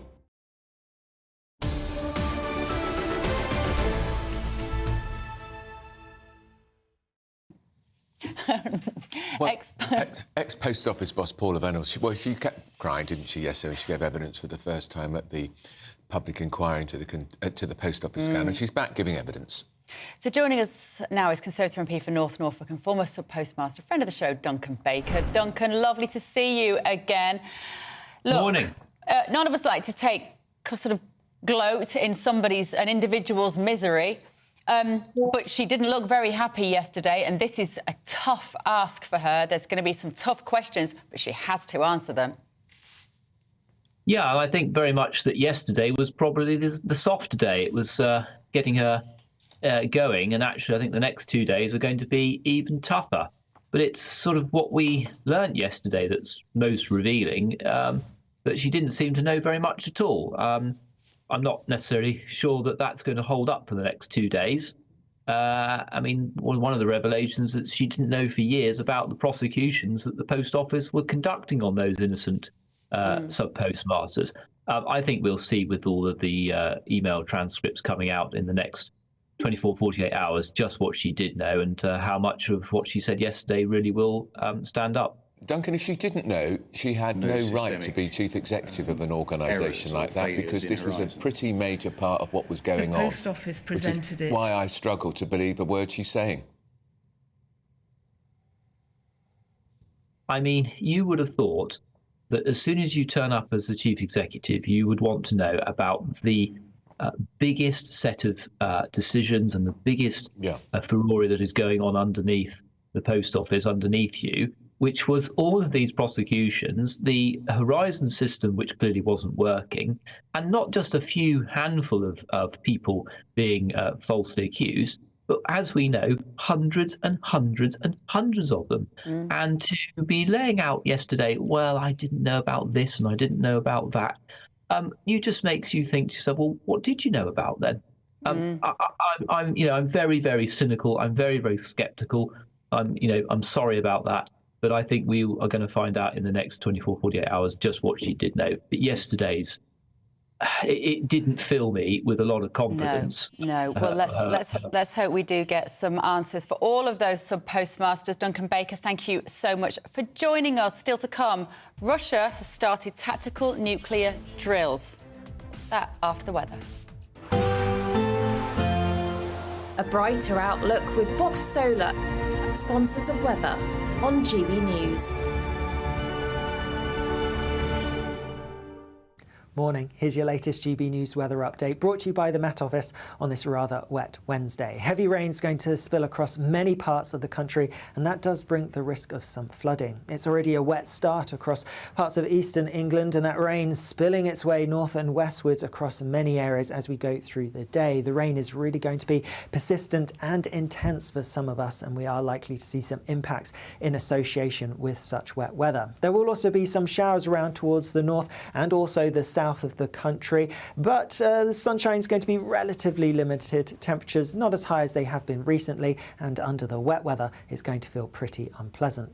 Like I said, some showers developing, especially towards the south. Some of these could turn heavy and thundery as we go through the evening. Some frequent lightning, perhaps even some large hail to watch out for here. The greatest cause for concern, though, will be the very wet weather across parts of England and Wales and into southern Scotland too. Here, the persistent rain could lead to totals building up as we go through today into tomorrow in excess of 100 millimetres in some places, especially over the high ground of North Wales. We are likely to see some impacts from it. Towards the northwest of Scotland, there will be some showers as we go through the day, and again these could be a little bit heavy at times too. Through the evening and overnight, the rain does gradually make its way north and westwards, but it takes quite a while to do so, which is why we're going to continue to see those rainfall totals building up and why there is the risk of some impacts, including some flooding. Towards the south, as we go through the night, it should turn largely dry. There may be some clear breaks, but on the whole staying quite cloudy. Temperatures for most not dropping a huge amount. Thursday does look like it will be another wet day for the northern two-thirds of the country. Perhaps the rain not quite as heavy as through today, but nonetheless it is going to be quite a wet picture, and that still brings the risk of some impacts because of the unsettled weather. Drier and perhaps brighter towards the south. Temperatures still not quite as high as they were earlier on in the week, but feeling pleasant enough in any sunshine. Bye-bye. That warm feeling inside from Boxed Boilers, sponsors of weather on GB News.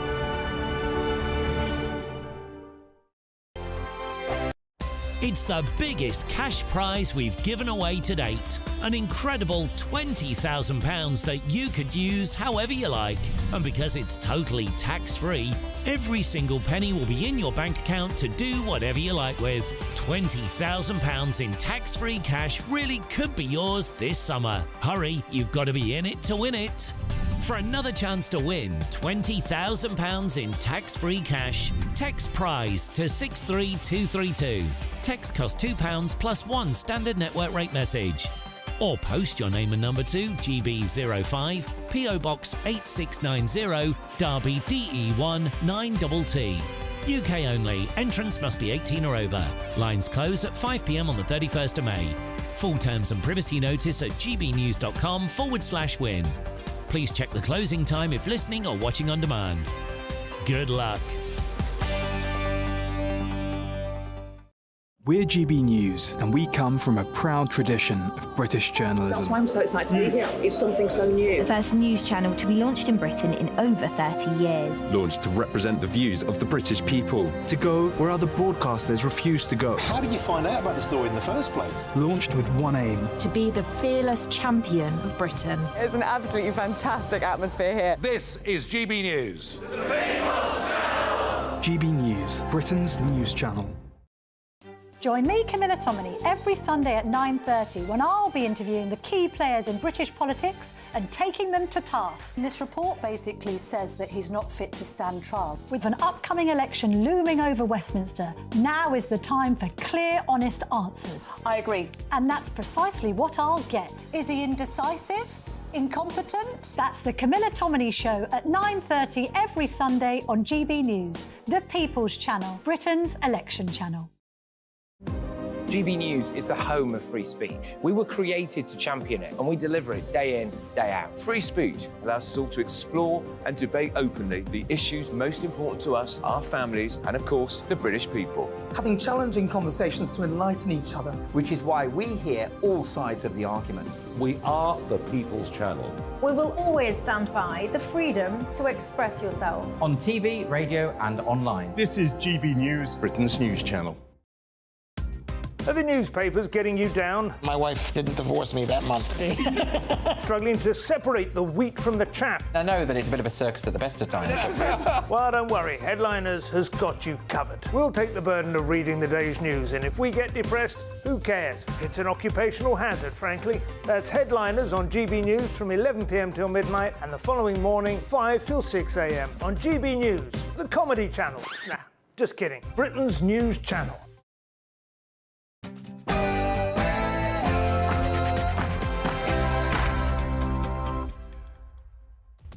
It's 11 a.m. You're with Britain's News on GB News with Andrew Pearce and Bev Turner on, what date is it?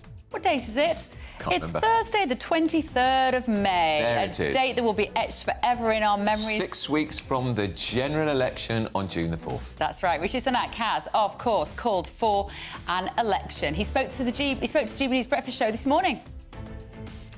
Well, we'll show you that in just a moment. No flights to Rwanda for the general election in July. That appears to be the bombshell dropped by Rishi on us. So can he really stop the boats? And Nigel Farage has confirmed this morning he will not stand as a Reform UK candidate in a surprise announcement. We'll bring you his party's press conference, though, in the next 15 minutes. Wasn't a surprise to me. And is it a change for the better? Well, that's Labour's mantra for this election. Keir Starmer, on the campaign trail in Kent, says he puts the country before party interests. That's a good place to start. But look, at long last, the election has been called. The time has come and the wait is over. And the Liberal Democrats say that they are ready to win every single vote. There might not be many of them, but they do want the votes that they can get. Deputy Leader Daisy Cooper spoke to GB News Breakfast this morning about her leader, Ed Davey. He's spoken very movingly and very openly about his experience of being a family carer, and he's become a real champion for unpaid carers around the country. So Ed is absolutely the right leader for the Liberal Democrats going into this general election. Good news, net migration down by 10% last year from that record high of 764,000. The Tories say this show their plan is working. Are you convinced? And I'm very, very sorry. That's the message from former Post Office boss Paula Vennells to sub-postmasters. She's continuing to give evidence at the Post Office inquiry as we speak.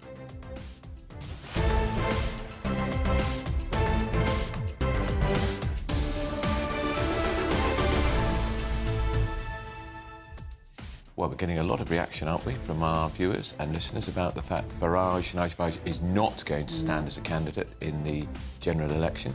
He is still going to be working with the Reform Party, of course. He will spend the next 6 weeks, I imagine, on the election trail, banging the drum for Reform UK. But a lot of you are very disappointed that he isn't actually going to stand. There's quite a lot of anger in our inbox this morning. gbnews.com/your say, or you can tweet us at GB News as well. We will have a look at your messages while we hear the news from Sam.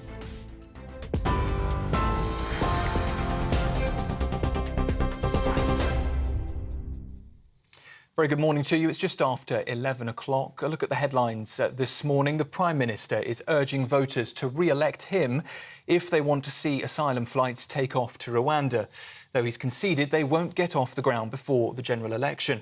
Rishi Sunak's also said he's putting the economy and global security at the heart of his campaign. It comes as political party leaders have begun 6 weeks of trying to win votes after it was announced the polls will open on the 4th of July. The timing of the announcement came as a surprise to some, with Labour polling 20 points ahead. Kicking off the Conservatives' campaign this morning, Rishi Sunak claimed that Labour would do absolutely nothing to stop the boats.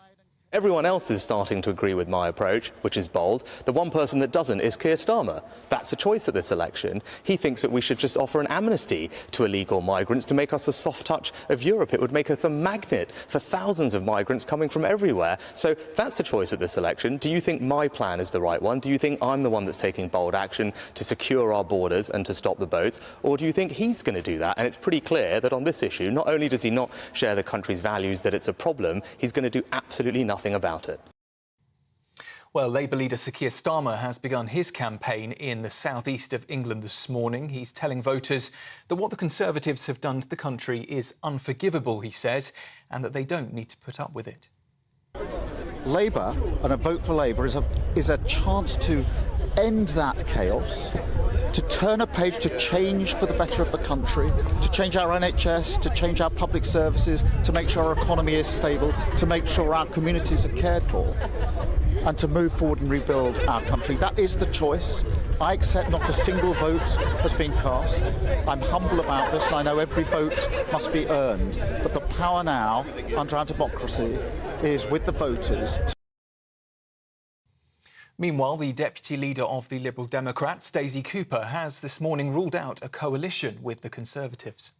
People want politicians to be talking about our NHS and social care and about the cost of living crisis. People are struggling to see a GP, they're struggling to see a dentist, they're battling long waiting lists, they're worried that if you call an ambulance it won't turn up, and on top of all of that they're still struggling to pay the bills, to put food on the table. Liberal Democrats have been utterly relentless about talking about these issues for the last few months and years, and we're going to keep on talking about the NHS and the cost of living over the next 6 weeks. Net migration in the UK stood at an estimated 685,000 people in the year to December 2023. The Office for National Statistics says that's down 10% from the record of 764,000 in 2022. Official figures suggest just over 1.2 million people arrived in the UK last year, while 532,000 have likely left. In Scotland, a former Scottish Health Secretary has been suspended from Scottish Parliament and will lose his salary for 54 days. Michael Matheson ran up £11,000 in roaming charges on his parliamentary iPad while on holiday in Morocco last year. Later announcing that he would cover the costs himself, he revealed the bill had been the result of his children using the device as a Wi-Fi hotspot to watch football. That punishment was handed down at Holyrood earlier today and will now be subject to a vote in Scottish Parliament. Alan Bates, the lead campaigner for justice in the post office scandal, says he has no sympathy for Paula Vennells. She is giving evidence at the start of her much-anticipated 3 days of questioning at the Horizon inquiry.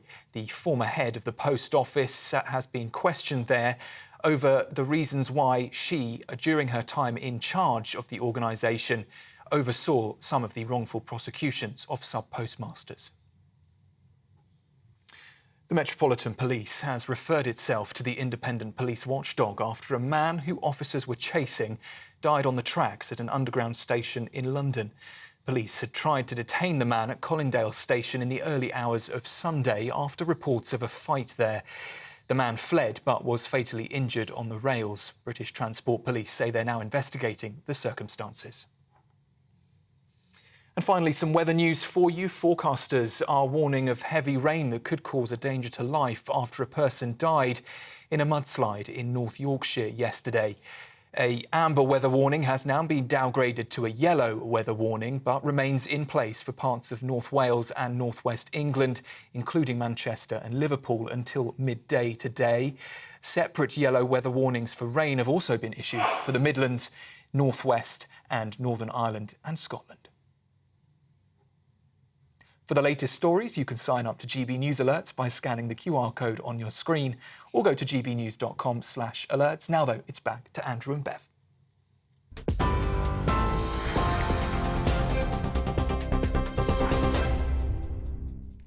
Very good morning. It's 11:08. Huge day this morning, the morning after the night before when we had the general election announced. We're still getting over the shock of it, actually, aren't we? I must say, when we were on air yesterday, phones were pinging. They were. We had a whisper, a rumour, but we didn't believe it. But as I said, by 1 o'clock, I was saying, we're having a general election. And actually, I said to the boss here, July the 4th. He said, it's a pretty specific day. July the 4th, American Independence Day. And you know what? I've been invited. I rarely get invited to Number 10 for a reception. I've been invited to Number 10 for a reception on July the 4th. Well, that won't be happening, will it? And it means I won't be getting invited to Number 10 for a very long time after that, because I don't think I'll be on Keir Starmer's guest list very often. Maybe they did a party that day for all the people they don't actually want to see. Yeah. Maybe they're on that list, hate Andrew Pierce. Let's get him on that day. John has said we are in serious trouble with choices of who will run our country. Reform, as much as I like, simply won't get the votes it needs, and that is the sad truth. A lot of you are disappointed with Nigel Farage. Sean has said Nigel is more interested in working in America on the election for Trump. Maybe there's a bigger payday over there for him. Sorry, Nigel, just telling you what our viewers are saying.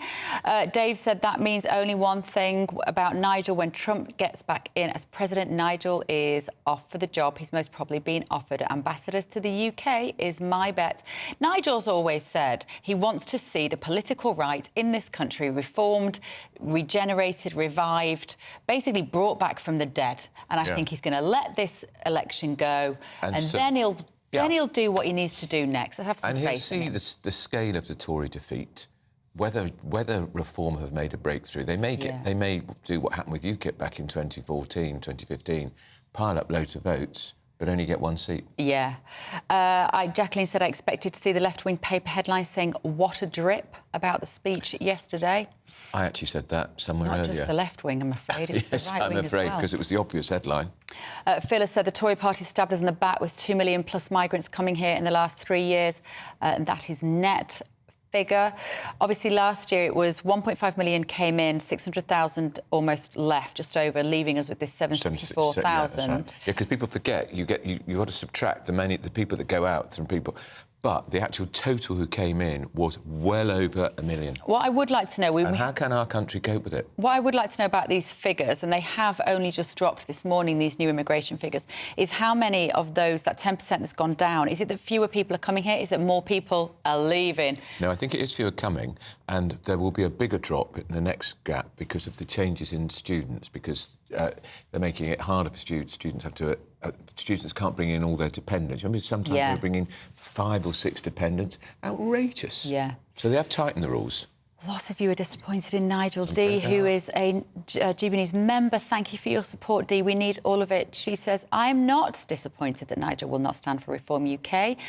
As an MP, he'll be put in a box. Nigel's greatest talent is campaigning all around the UK. As activists of the Brexit Party, we followed him all over the country and posted leaflets and newspapers after work. And there's no doubt that he will do a very good job of campaigning. Because he hasn't done any campaigning for Reform for some time. He didn't take part in any of the by-elections. Because I imagine that would have triggered or could have triggered Ofcom issues because of his presenting role here. A lot of you saying that Ben Habib is currently talking at the Reform conference. We are going to bring you some of that conference with Richard of course, Tice. is the deputy leader of Reform. They're talking about the immigration figures. And they're also, I gather, going to be at the press conference, Anne Widdecombe. I don't know why they don't use Anne Widdecombe more. I have to tell you, I've been mates with her for 20-odd years, since 97, when she took on Michael Howard and accused him effectively of lying when he was Home Secretary. Very brave she was to do that. And I'm a big fan of hers. And I think she cuts through to people. I think people get what she says, and she's very honest and very straight, but they hardly ever use her.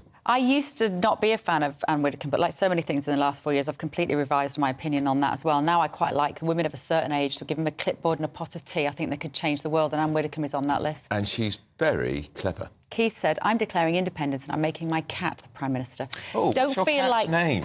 What's your cat's name? Keith, Because there's no room in the cabinet for my cat, Don't Rosie. feel like that just yet, Keith. We've got 6 weeks to go on this. Don't give up. I've got Rosie and Minnie. They could serve in the cabinet. Probably Rosie more than Minnie, because Minnie's a bit lazy. Right, let's go back. Our very top story. Rishi Sunak, unless you've been under a stone for the last 24 hours, he has called an election for July the 4th. He spoke to GB News Breakfast this morning. After a difficult few years, I'm pleased that economic stability is now returning to the country. We've just seen that inflation has returned to normal, the economy is growing at a healthy rate again, wages have been rising sustainably for several months now, and although I know not everyone is feeling the full benefits of that yet, it's clear that we have turned a corner. So now is the moment to look to the future. And this is what Sir Keir Starmer said whilst campaigning for Labour. Yes, use his title. Thank you. Sir Keir Starmer. Why? Because it drives his aides mad, because they keep saying, just call him Keir. No, he took the title, Sir Keir Starmer, when he was Director of Public Prosecution, so we'll use it. I think he might use it a bit more because he's going on about secure. Have you heard how many times he said secure? Yeah. Secure. Sir Keir being secure. Here he is. He was in Gillingham at the start of the show. Labour and a vote for Labour is a chance to end that chaos, to turn a page, to change for the better of the country, to change our NHS, to change our public services, to make sure our economy is stable, to make sure our communities are cared for, and to move forward and rebuild our country. That is the choice. I accept not a single vote has been cast. I'm humble about this, and I know every vote must be earned. But the power now, under our democracy, is with the voters. And big news from Nigel Farage this morning. If you're just tuning in, he will not stand as an MP for Reform UK. But let's go to Olivia Utley in Westminster. Olivia, Nigel will continue to support reform, and some people are saying actually he might be more used just out there on the campaign trail, tub thumping for the next 6 weeks and generating a lot of noise around reform. That's quite possibly true, but I think the Conservatives will be very, very relieved that Nigel Farage isn't actually going to stand. I think it was written in the sand. It was quite clear that he probably wasn't going to stand. He's been spending a lot of time in the United States recently. He has really quite a close relationship with Donald Trump, and I think he has a glittering career probably over there if he chooses to take it up after the November election. I think it is probably quite bad news for Reform. Reform have been polling pretty well, but in these recent by-elections that we've seen, those good polling figures haven't really been actualised. Reform wasn't doing nearly so well as UKIP in 2015, for example, and of course they failed to win seats in that election. So I think the Conservatives will be very pleased that Farage isn't standing. It means that their vote will be split probably in fewer seats, but obviously this is still a very, very difficult election for the Conservatives to win, perhaps particularly now Rishi Sunak has made the decision to go to the country in July rather than in the autumn, when it was assumed that things would be looking up a little bit for the country. It was assumed that interest rates would be going down, people would be feeling a bit richer, flights to Rwanda might be taking off. And apart from the news that Farage isn't standing, it hasn't been a particularly auspicious start to this election campaign for the Conservatives. Migration figures have come out today, 685,000. Well, that's down 10% on 2022, but still incredibly high, and 3 times what they were back in, I think it was 2019, when the Conservatives said that they would get the numbers down overall. Rishi Sunak has also admitted that Rwanda flights will not be taking off before the next general election. So probably good news for the Conservatives that Farage isn't standing, but that's pretty much the only good news. OK, thank you very much, Olivia Utley. Still to come this morning, the Met Police have refused to follow advice to make fewer arrests. It sounds like common sense to us. We're going to be discussing that next. Don't go anywhere. This is Britain's Newsroom on GB News.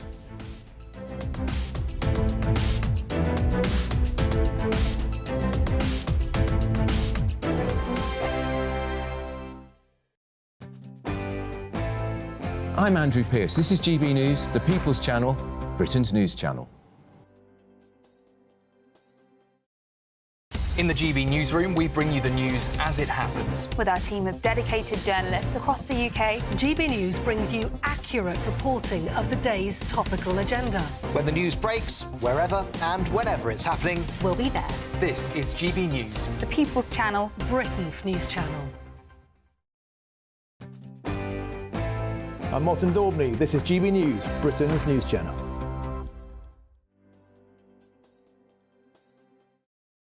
This is GB News, Britain's news channel. Have government done enough, do you think, to actually help them out? I think there will be occasions where people have tried to run a venture, whether it be a pub, a restaurant or anything sort of like that, in the hospitality sector, and it hasn't become commercially viable because of costs, because of bad accounting or because of bad business people. That is just a fact of life. That happens in every sector. So there will be pubs that are closing because they've been poorly run. But I do think there will be occasions where people are forced out of the market. So if local councils aren't being able to pass on business rates, for example, maybe central government can do more. It always tries to do more to cut beer duty and things like that to keep pubs going. So I don't think it's necessarily just as plain as what James is saying, is that, you know, bad pubs will just inevitably be falling by the wayside. The idea that you two gentlemen, you raging capitalists, support the government stepping in to protect pubs seems to me to be particularly peculiar.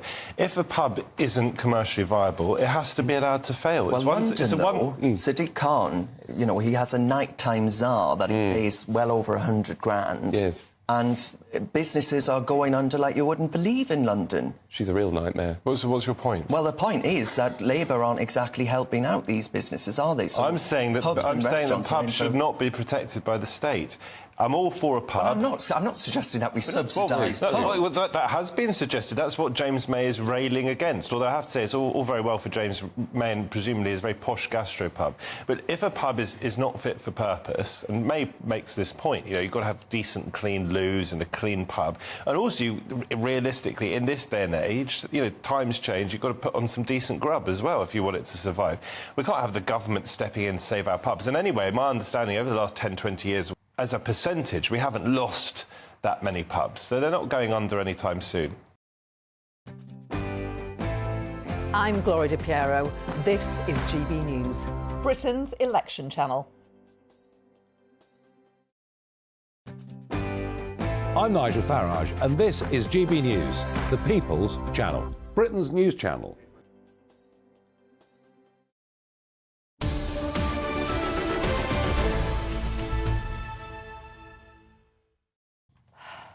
This is Britain's Newsroom on GB News with me, Bev Turner and Andrew Pearce. The panel are back. That's right. Carol Malone is here with us and Amy Nicole Turner. Have we all calmed down now from the excitement of the election being called, Carol? No, because I know we all know what the next month, and 6 weeks are going to be like. We're going to be stowed under with. Stop yawning. Do you know what? You know, we're going to see a whole load of boring people in suits telling us what they're going to do, knowing that. No, but we're not. What I'm dreading is this 6 weeks of like very polite political trash talk, which I've already heard. Kicking off this morning, where it's like polite segue into saying why the other ones are terrible, and I just get really bored of that. Just focus on your argument. Yeah, Keir Starmer says, I'm going to put the country before my party. No. Really? Rocket science, that is. Yeah, that's new. Why don't you just tell us something you're going to do? Yeah. I know what he's going to do. He's going to book a flight to Malibu on July the 5th. And that's it. What, Starmer? No, Sunak. Sunak. I was going to say, No, he's not. He'll stay on as Tory leader for a few months, I think. I don't know what you're talking about. You're going to be in Vegas, love. I don't know what you're talking about. I'll be in Vegas. Just down the road, actually. You'll be gambling. No. Ready to welcome him in. Should we do this? Met Police, Carol, are not going to stop arresting criminals. I'm really glad to hear this. I'm glad that Rowley showed a bit of backbone here. This comes because... Rowley being the Metropolitan Police Commissioner. Police chief. This is because earlier in the week they were told to make fewer arrests because our prisons are full. Now, this follows on the heels of a story a week ago where we were told that prisoners are going to get 70 days cut off their prison sentences because the prisons are full. It also follows on the heels that judges and magistrates have been told not to send people to prison because there are no prison places. So Mark Rowley has said, no, I'm not going to arrest fewer criminals. If someone is a danger... I hate to interrupt you, Carol. We're going to go and listen to Richard Tice talking at the Reform Party conference. Here he is. Our viewers do like his type. Here he is. We've ended up with the highest taxes for 70 years.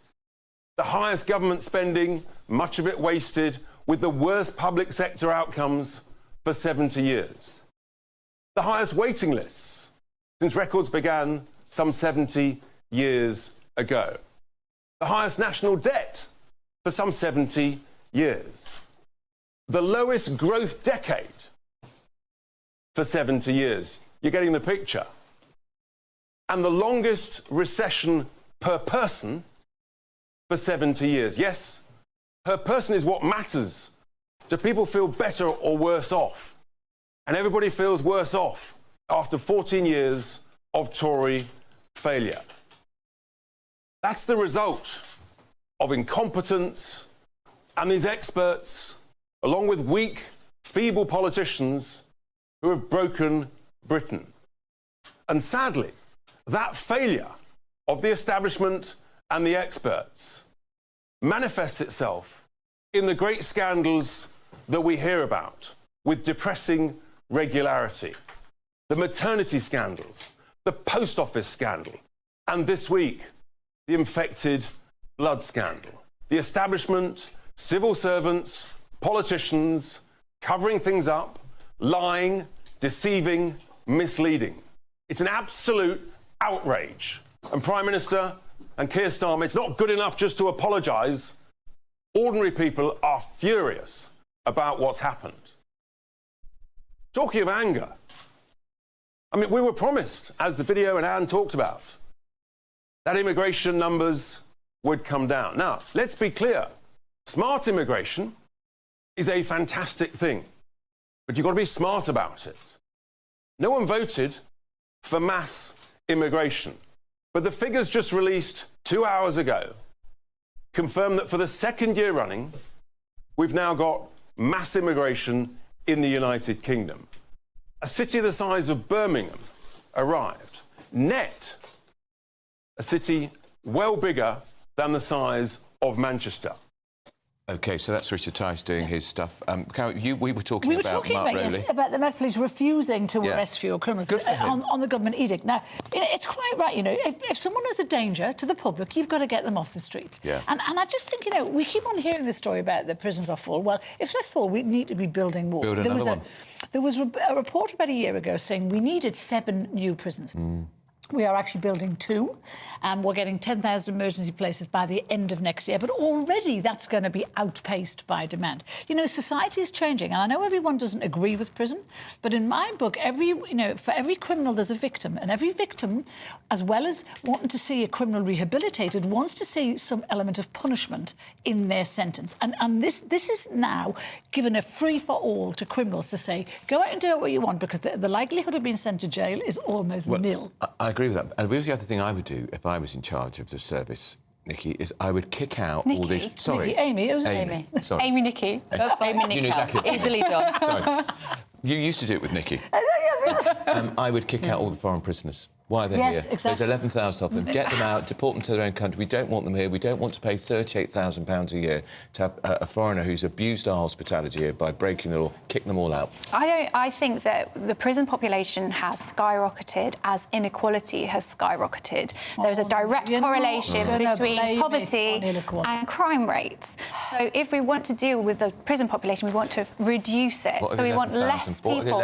We're essentially at the moment criminalising poverty in so many cases, particularly in the women's estate. The women's estate, in many cases, shouldn't even exist. If prison worked, we wouldn't have reoffences, and we wouldn't need to have 7 more prisons. To say people that are poor don't know the difference.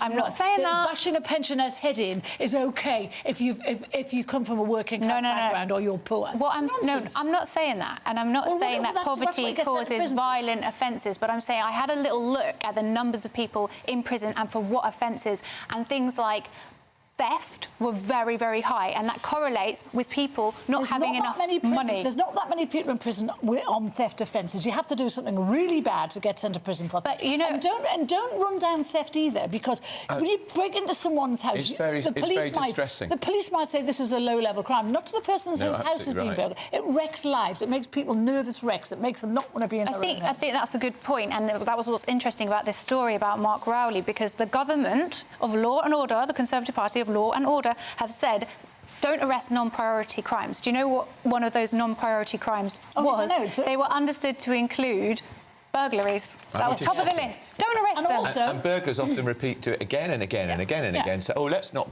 bang them up so they can carry on burgling to their heart's content. Because what I don't understand, we've always had poverty, Amy. Yeah. We've had worse poverty in the past. People consider themselves to be in poverty now if they can't afford a smartphone I'm generalising. But we've had times of extreme poverty. But what we didn't have was this idea that if I'm poor, I deserve to have the best of things, and I'm just going to go and take someone else's things because I deserve it. That's why we've gone wrong. But it's things like there were 4 million children in poverty at the moment. They're not the ones committing the crimes, but it's their mothers, their fathers that might be pushed to commit crimes. So what we saw last year was a rise in women stealing baby powder. That argument gets trotted out every time. Women stealing baby formula. But it happens. It happens. Also, there's lots of people watching this programme who will have been struggling to make ends meet. Their answer isn't to go and break into somebody's electricity meter or break into someone's house. They just have to get on and make do. I completely understand that, but you can't play down the correlation between poverty and crime. The devastation that happens to the victims of these horrible people who are violent, who are wicked, who hurt vulnerable people. You can't play down what happens to them either. But there's a big difference between them and a first-time offender. They don't get sent to prison, Amy. They do not get sent to prison. They don't get sent to prison. Not shoplifting mothers. No, well, that is a good thing. Yeah. We would probably all agree that a shoplifting mother probably shouldn't get sent to prison. Maybe you don't. She I don't won't. know. Well, it depends how often she does it. No, but less than 4% of the prison population is women anyway. So women are not getting sent out. We want to do a free... we want to do the quick... this is free speech story, Amy. Call for stricter rules. Right, so there's a think tank called Demos who have come to the conclusion that politicians should be subject to stricter rules on spreading disinformation which don't have evidence to back them up ahead of the election. So what sprang to my mind, they use the example of 15-minute cities. So the MP Maria Caulfield, she repeated the untrue claims that there were plans for 50-minute cities. Mark Harper, the Transport Minister, went further and endorsed false claims that low transport network... Well, they were responding to constituents saying, can you look into this for us? And then the left-wing think tank is saying, we don't want this in the run-up to the election. What, to close down social media? Is that what they're saying? Close down. But no, it's what MPs present in Parliament. So I think when the trust in the government is as low as it is right now, there is a responsibility to present decisions and policies backed by significant amounts of evidence. So this made me think of when Rishi Sunak stood up and said 7 bins, meat tax, and scared the life out of a lot of the electorate. So my mum, she's not really into politics, she rang me up and said, meat tax? I don't want to pay that. I'm not going to be voting Labour. So it does have implications for democracy. It does. Because people can't vote for falsehoods. They need to be given the correct information. But the solution isn't to say, tell MPs you can't stand up and say something that might have two sides to that story. I want to get onto this story, Carol, before we go. Meghan Markle. Is she from Malta? OK. So a week and a half ago, she was saying she was 43% Nigerian, walking around Nigeria saying, I'm with my people, I love you all. It turns out in 2000... No, she hasn't. It turns out in 2015, when she was in Malta, she was going, you're my people, I look like you, I feel like I'm at home when I'm among you. And she wrote all of this on her blog, The Tig. It turns out genealogists have discovered, even though it's been really hard because no one knows the truth of Meghan's background. It turns out that she's actually descended from an English foot soldier and an Irish farmer's daughter, which... that's the other 57%, obviously, from the Nigerian. Hilarious. A very boring episode of Who Do You Think You Are, if I ever saw one. Well, she's a classic candidate. She is, but I bet she wouldn't agree to do it. No, because of course she likes to play on I am an oppressed woman of colour. So is this somebody's looked into her roots, a genealogist? Yes, genealogists, they've done lots of, what do you call it, research on this. Yeah. But I just think it's a joke because I read a piece in the column last week saying that, if she's 43 43%, Nigel, and what's the other 57%? And I said, anything that benefits the Sussex brand. And I think that's exactly what this is all about. So wherever she is, she just goes, oh, I'm 0.25%, whatever country she's in. I don't like this story, though. I think it's a bit stinky. It's quite, because it's reminiscent of the whole Obama citizenship conspiracy theories, when people are like, where's he really from? And it's just, I don't know she about... Didn't say she was 43%. She didn't put that out in the public domain herself. But then at the time, this very newspaper was saying, oh, you can't find that out. How did you find that out? But now they're saying, well, we can find it out. I think we should just leave it. Why? We have to leave it because we've run out of time. That's a shame. Amy and Carol, thank you so much for this morning. Sam Francis is here with your latest news.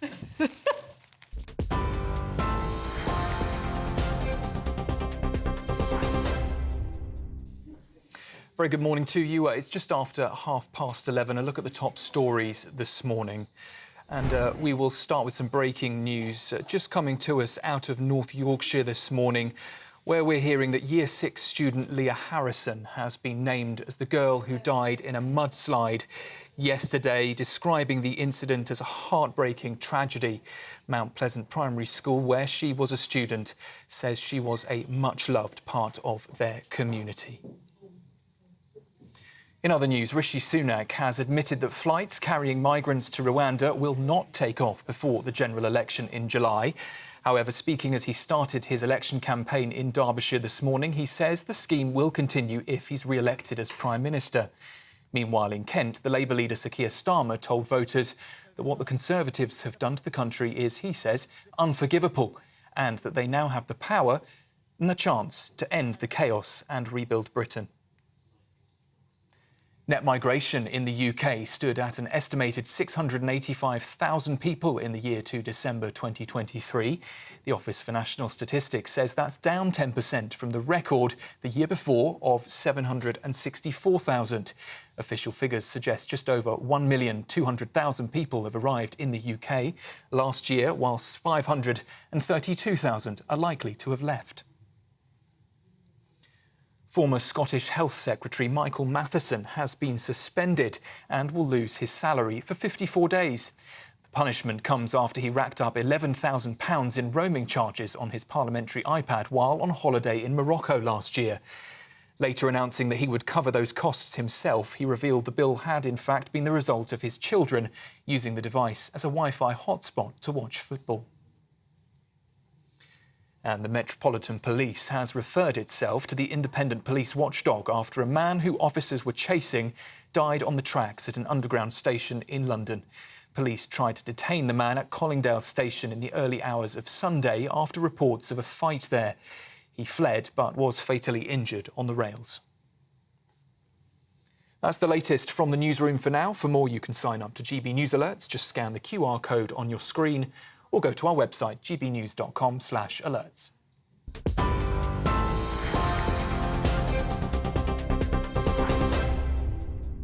Cheers Britannia Wine Club proudly sponsors the GB News Financial Report. And here's another recap of the markets this morning. The pound will buy you $1.2727 and €1.1732. The price of gold is £1,859.82 per ounce, and the FTSE 100 is at 8,371 points. Cheers Britannia Wine Club proudly sponsors the GB News Financial Report. They're here. Good afternoon, Brit and Emily and Tom are here. Tom, do you have any voice left? You were on the telly a lot last night. I did 5 hours of live TV yesterday. I'm just about holding on, but if ever my voice does suddenly abandon me, as it has done several times this morning, Emily is ably by my side. Emily's hoping that the voice packs up. Yeah, you know, I get the show all to myself. Yeah, no, exactly. we will struggle on. Tom doesn't want to miss a second of this election campaign. The honey and lemon is a-flowing. I'm excited because we're going to speak to Yvette Cooper, the Shadow Home Secretary. And there's a lot of gaps in their immigration policy. We want to know what kind of level of immigration would they be comfortable with? Yeah. If 685,000 is too much, yeah. what should it be?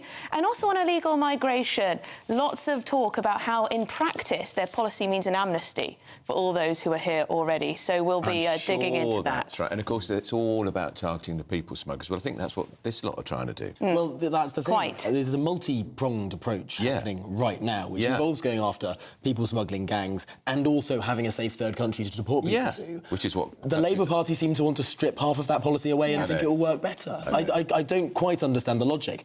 But I think there's something deeper here, which the Reform Party has been talking about this morning. They want to make this the migration election. And there's two different narratives, depending on which time frame you look at. If you measure from January this year, there has been a considerable drop in migration. That's true. Considerable. Different routes have up to 75-80% visa decline. That is huge in terms of the drop in migration from January. However, if you look at the quarterly stats, last year was another bumper year. So the question mark is, and this is the question mark with the economy as well, the last quarter in 2023, Britain was in recession, migration was very high, living standards were down, inflation was up. So if you look at 2023, this is a terrible backdrop for Rishi Sunak. It really is. But if you measure from January, the UK was out of recession. Inflation was tumbling. Migration was falling. All of these things start to feed into Rishi Sunak's narrative. So there's two competing narratives here, and both are correct. Both are correct. The Labour need to be honest, and they need to tell us what they want immigration to be. And what they're going to do on illegal migration. Okay. We need more detail. We look forward to that. Emily and Tom from Midday. Don't go anywhere, though. We are with you for another 20 minutes. Britain's Newsroom on GB News.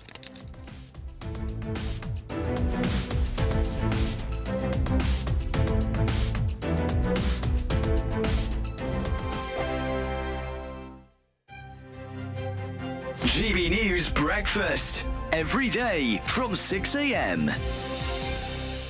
Emma, let's start, shall we, with Prince William confirming on the Isles of Scilly yesterday that Kate is doing well. I thought it was a very brave lady to say, "Are we allowed to ask how the Princess of Wales is?" And I thought, well, we're not, so good for you. Yeah. In one of the hospitals he visited on the Isles of Scilly, an administrator, a hospital administrator, asked him how Kate was doing, and he said, "She's doing well, thanks." Until we hear official word from the palace, then we're just going to have to rely on little snippets like this. It does seem to be serious. So It does. Again, we wish her What's very, very quite best. telling as well, I went through some of the social media comments on this, and people that live on the Isle of Scilly were just saying how close they got, how wonderful it was. He's supporting local businesses, and that pasty shop will now be like treasured, you know, forever. The people forever go On the there. Quay. It sounds great. It's called On the Quay. Compare and contrast with this "I feel at home in Nigeria" vibe that Meghan's putting out. Two very, very different takes on how to be a royal. Do they want to be royals or do they not? Because they seem to want sort of half the trappings but without all the kind of responsibilities. These two brothers, who obviously went through a lot growing up, obviously can't stand the sight of each other right now, and it's just really sad. Well, it goes beyond the brothers. I mean, we are told from some of the papers this morning that the King didn't have time in his schedule to see his son because he was actually meeting David Beckham for a private meeting. Well, who would you choose? All about priorities. I mean, I know I It's all about priorities. But, you know, you surely, I mean, you could just pop in as well. I reckon that Harry and Bex are pals, probably. So what's gone on there, and will they ever be able to repair things? And they really were so close. I mean, when you compare the Buckingham Palace garden party, a couple of miles down the road, literally Harry was at Westminster or wherever it was. It wasn't far. And it absolutely would have been possible for him to 3 go. miles apart, and yet absolutely worlds apart in terms of their emotional state. We're GB News, and we come from a proud tradition of British journalism. That's why I'm so excited to be here. It's something so new. The first news channel to be launched in Britain in over 30 years. Launched to represent the views of the British people. To go where other broadcasters refuse to go. How did you find out about the story in the first place? Launched with one aim. To be the fearless champion of Britain. It's an absolutely fantastic atmosphere here. This is GB News. GB News, Britain's news channel. Are the newspapers getting you down? My wife didn't divorce me that month. Struggling to separate the wheat from the chaff? I know that it's a bit of a circus at the best of times. Well, don't worry. Headliners has got you covered. We'll take the burden of reading the day's news, and if we get depressed, who cares? It's an occupational hazard, frankly. That's Headliners on GB News from 11 p.m. till midnight, and the following morning, 5 till 6 a.m. on GB News, the comedy channel. Nah, just kidding. Britain's news channel.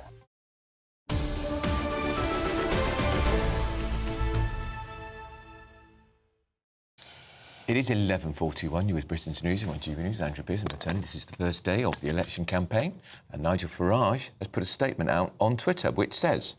He said, I have thought long and hard as to whether I should stand in the upcoming general election. As Honorary President of Reform UK, I am fully supportive of Richard Tice's leadership and urge voters to put their trust in him and Lee Anderson. He goes on to say, I'll do my bit to help in the campaign, but it's not the right time for me to go any further than that. Important though the general election is, the contest in the United States of America on November the 5th has huge global significance. A strong America as a close ally is vital for our security. I intend to help with the grassroots campaign in the USA in any way that I can. So people are jumping to a conclusion here, Bev. We've seen it in messages coming in. He's putting the American election before the British one. And a lot of people are feeling very, very let down and very disappointed. He does say in there, of course, doesn't he, support Reform UK. That's his official position in this country. But a lot of you are saying that you feel that he's let you down for, ironically, his globalist ambitions over in America. Well, he's going to go out and do warm-ups for Donald Trump. Donald Trump, of course, is in court.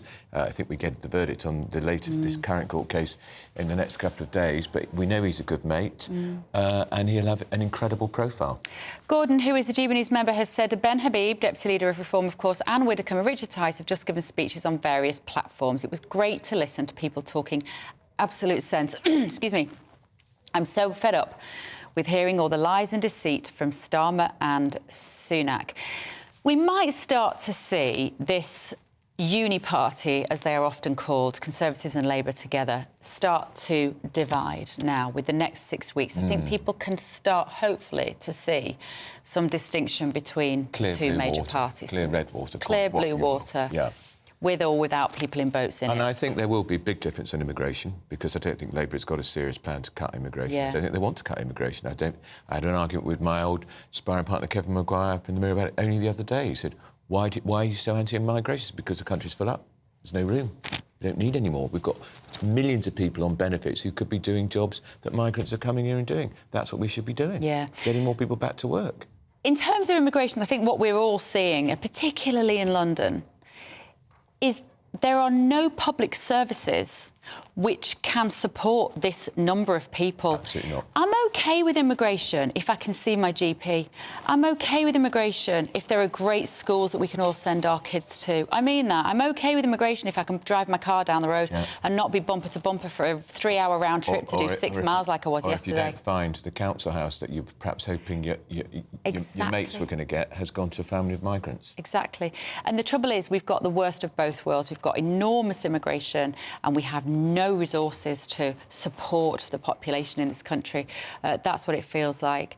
Paula Vennells lying again. A lot of you are getting in touch about her testimony this morning at the post office inquiry as to whether she's still swinging on this giant hook that we've mentioned. And Gary, GBNews member, you've gone down in my estimation. Nigel, I'm sure that Nigel will be speaking on GBNews at some point today. Yeah, he might. And he'll come out fighting. He handles himself very well, doesn't he? Yeah. But I have to say, there's no surprise to me about his decision. No. None whatsoever. No.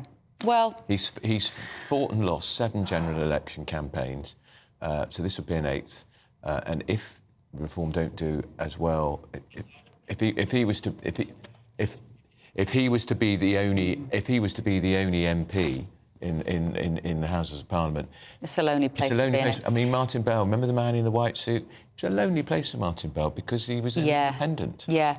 Nigel will be on GB News this evening, of course, at 7 o'clock. Obviously, Reform Party's loss of an MP is GB News' gain, and therefore you at home as well. So do tune in at 7 o'clock tonight to watch Nigel. Now, a quick break, but... chilling story, and I think this is going to play a part in our upcoming election, perhaps. No doubt about it. Russia has released footage of what appears to be a rehearsal of a nuclear attack on Ukraine. It feels like we could be dangerously edging towards World War III. Don't go anywhere. This is Britain's Newsroom on GB News. Good morning. Welcome to your latest GB News weather update brought to you by the Met Office. Further rain to come this morning with weather warnings still in force for some areas for much of the day, but it will turn drier as the day goes on. Amber rain warnings still in force until around lunchtime for parts of North West England, North Wales, and rain warnings for a large swathe of Northern England, Northern Ireland and much of Scotland as well. As I said, it will turn drier as the day goes on, but any further rainfall, particularly on top of the rain we've already had through Wednesday and last night, will cause further travel disruption. A disappointing day with temperatures down below average and quite a breeze as well, particularly across the coast, so feeling a little bit cooler than it should do for this time of year. The rain will continue across northern areas through this evening, but across the south it should turn that much drier, but still some heavy rain to come in from the north across much of Scotland. A lot of low cloud around as well, but the heaviest rain is likely to build up across parts of southwest Scotland, northwest England, Cumbria, North Wales as well through Thursday afternoon. Across the south, as I said, it does turn drier as the day goes on through Thursday, and there could be some late sunshine across the south coast, but still after quite a cloudy day, temperatures will still be below par to end the day. Through tonight, we'll see that rain continue to fall across northern areas, but it will slowly turn lighter as the night goes on. There's going to be a lot of cloud around. Could see some clearer skies across the far south and east, but most areas should see quite a cloudy start to the day on Friday, a little bit cooler than it has been of late as well. We've got slightly fresher air that's starting to move in. Now that area of low pressure slowly starts to fill, and as a result, that rain will ease through Friday. So a drier day on the whole. We could see a few showers breaking out, particularly across northern areas, but across the south it's going to be a drier day.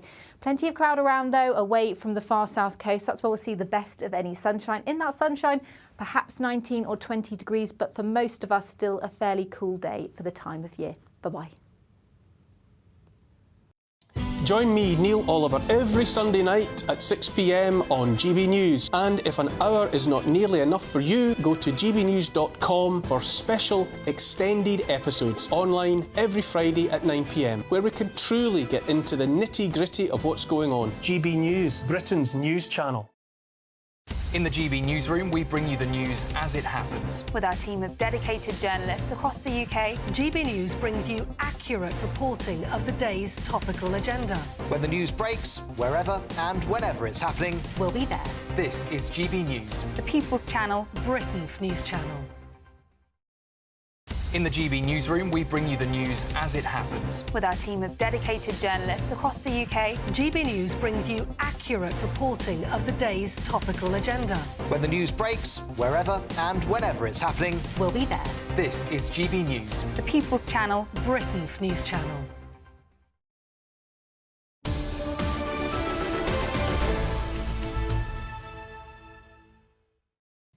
Very good morning. It's 11:50. Russia has begun the first stage of nuclear weapons drills in areas bordering Ukraine.